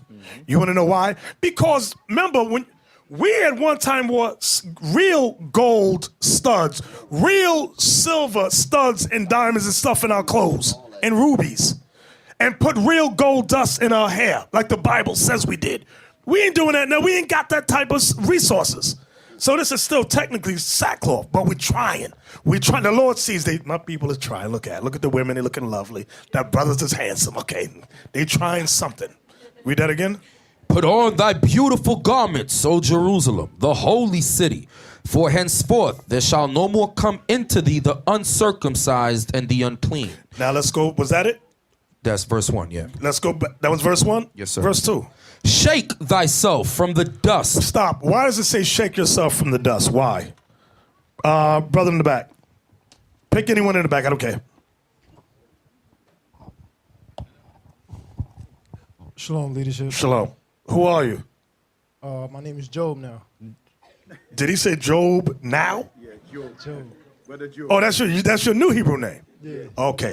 Go ahead, bro. I thought you meant you did another train. Go ahead. I'm sorry. I say the dust is because we was in African customs. Yes or no? I'll tell you what I mean by that. Give the next one.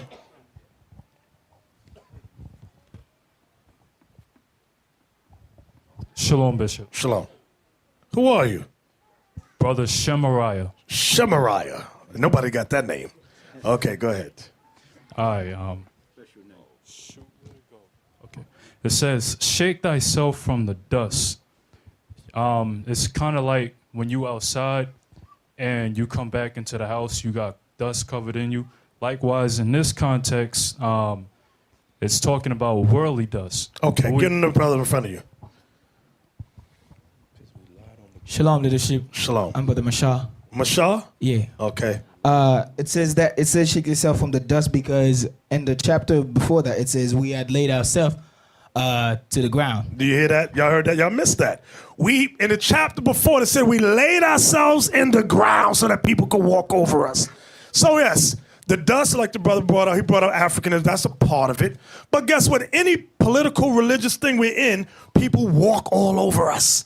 So now in the next chapter, read that again, Isaac. Shake thyself from the dust. So God is saying, wake up, get off the ground, stand up like a man, shake yourself from the dust. Stop having these nations walk all over you. That's what he's telling us, good. Arise and sit down. Arise, meaning wake up and what? And sit down. Sit down means study. Learn. Go ahead. O Jerusalem, loose thyself from the bands of thy neck. Loose thyself from the bands of thy neck. That's O captivity. captive daughter of Zion. Now go back to Ezekiel 37. Now let's see what this is talking about. Now from Ezekiel 37, we're going to read 9 to 11, saying the same thing. Ezekiel 37 and verse 9. So chapter 52 in Isaiah said, wake up, shake yourself from the dust. Let's see what this says. Then said he unto me, prophesy unto the wind. Prophesy, son of man, and say to the wind, thus saith the Lord God, come from the four winds, O breath, and breathe upon these slain, that they may live. So now, remember the breath is what, brothers? The laws.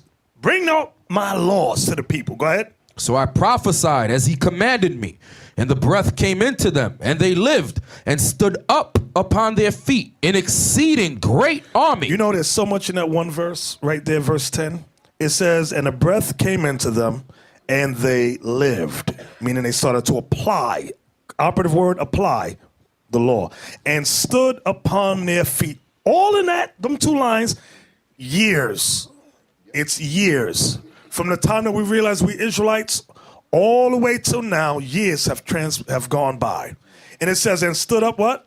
Stood up upon their feet, an exceeding great army. That's what we just read. Aaron led us to read in Revelation 11. That same thing being said, it's the same thing in Isaiah 52. Awake, awake, shake thyself from the dust. It's saying the same thing. Us waking up from what? From fainting, from being unconscious. Go ahead. Then he said unto me, son of man, these bones are the whole house of Israel. So this represents all Israel. Go ahead to 12 tribes. Go ahead. Behold, they say, our bones are dried, and our hope is lost. Like it says in Ephesians 2. Go ahead. we are cut off for our parts. Remember it said we were one time cut off from the promises and all that? That's what it's going into. But the prophecy is that Israel's waking up. Israel's coming back to becoming conscious, if you want to use that phrase, or awoken, as it says. Read Romans 13:11, then we'll close out. Romans 13.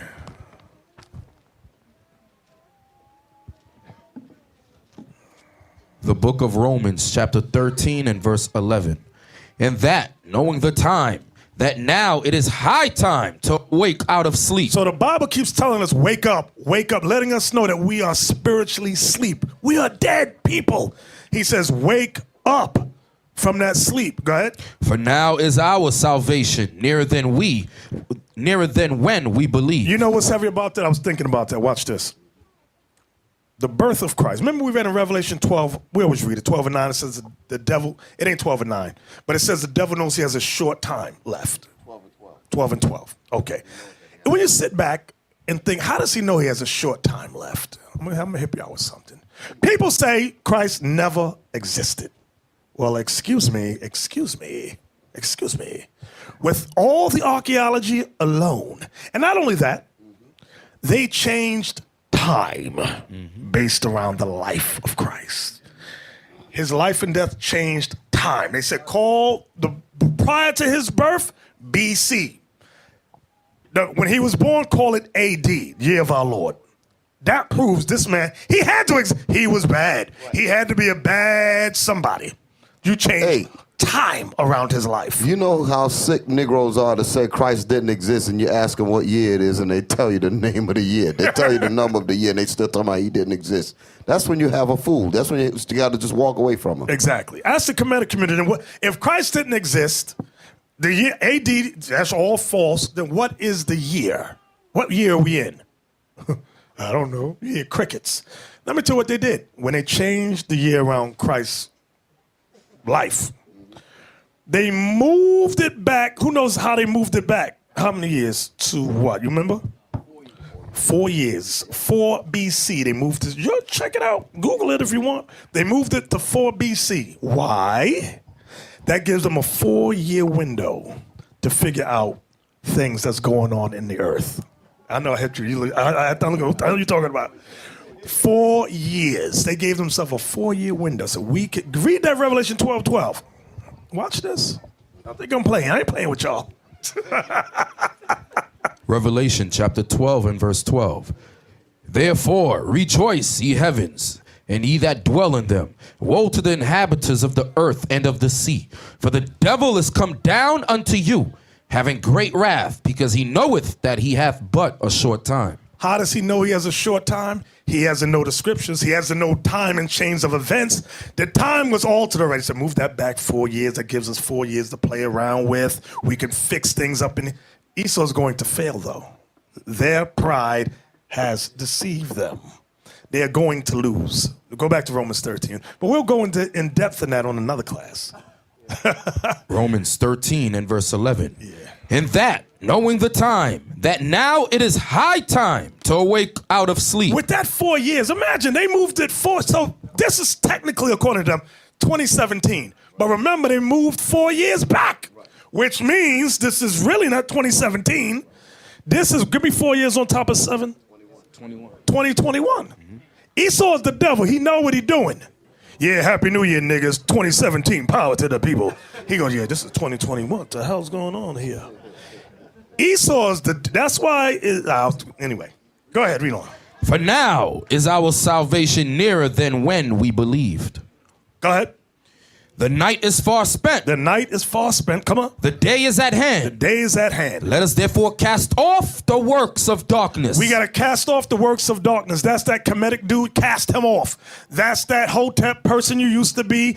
That political party used to be in. Cast all the sins of the world. Cast them all off. Go ahead. And let us put on the armor of light. Put on Christ. He is the armor of light. Learn the entire Bible. Go ahead. Let us walk honestly as in the day, not in rioting and drunkenness. Not in rioting and drunken like y'all did when y'all used to go to the clubs. Go ahead. Not in chambering. Not in chambering. That's what it's talking about. Go ahead. And wantonness. Lustfulness. Not in strife. Not in debate, strife. and envying. Envying one another. Go ahead. But put ye on the Lord Jesus Christ. That's the proof that the armor of light is Jesus Christ. Go ahead. And make not. Oh, let me say it too. That's Yahweh Shai. Can I say it like that now? Can I get a con out of one con? Con out of one con. Read that verse again. But put ye on the Lord Jesus Christ, and make not provision for the flesh to fulfill the lust thereof. All right, so with that, I'm going to close out. And we give all praises to the Most High. We pray that you brothers and sisters can glean off of today's class. There'll be many, many more. Just stay tuned. Stay with us.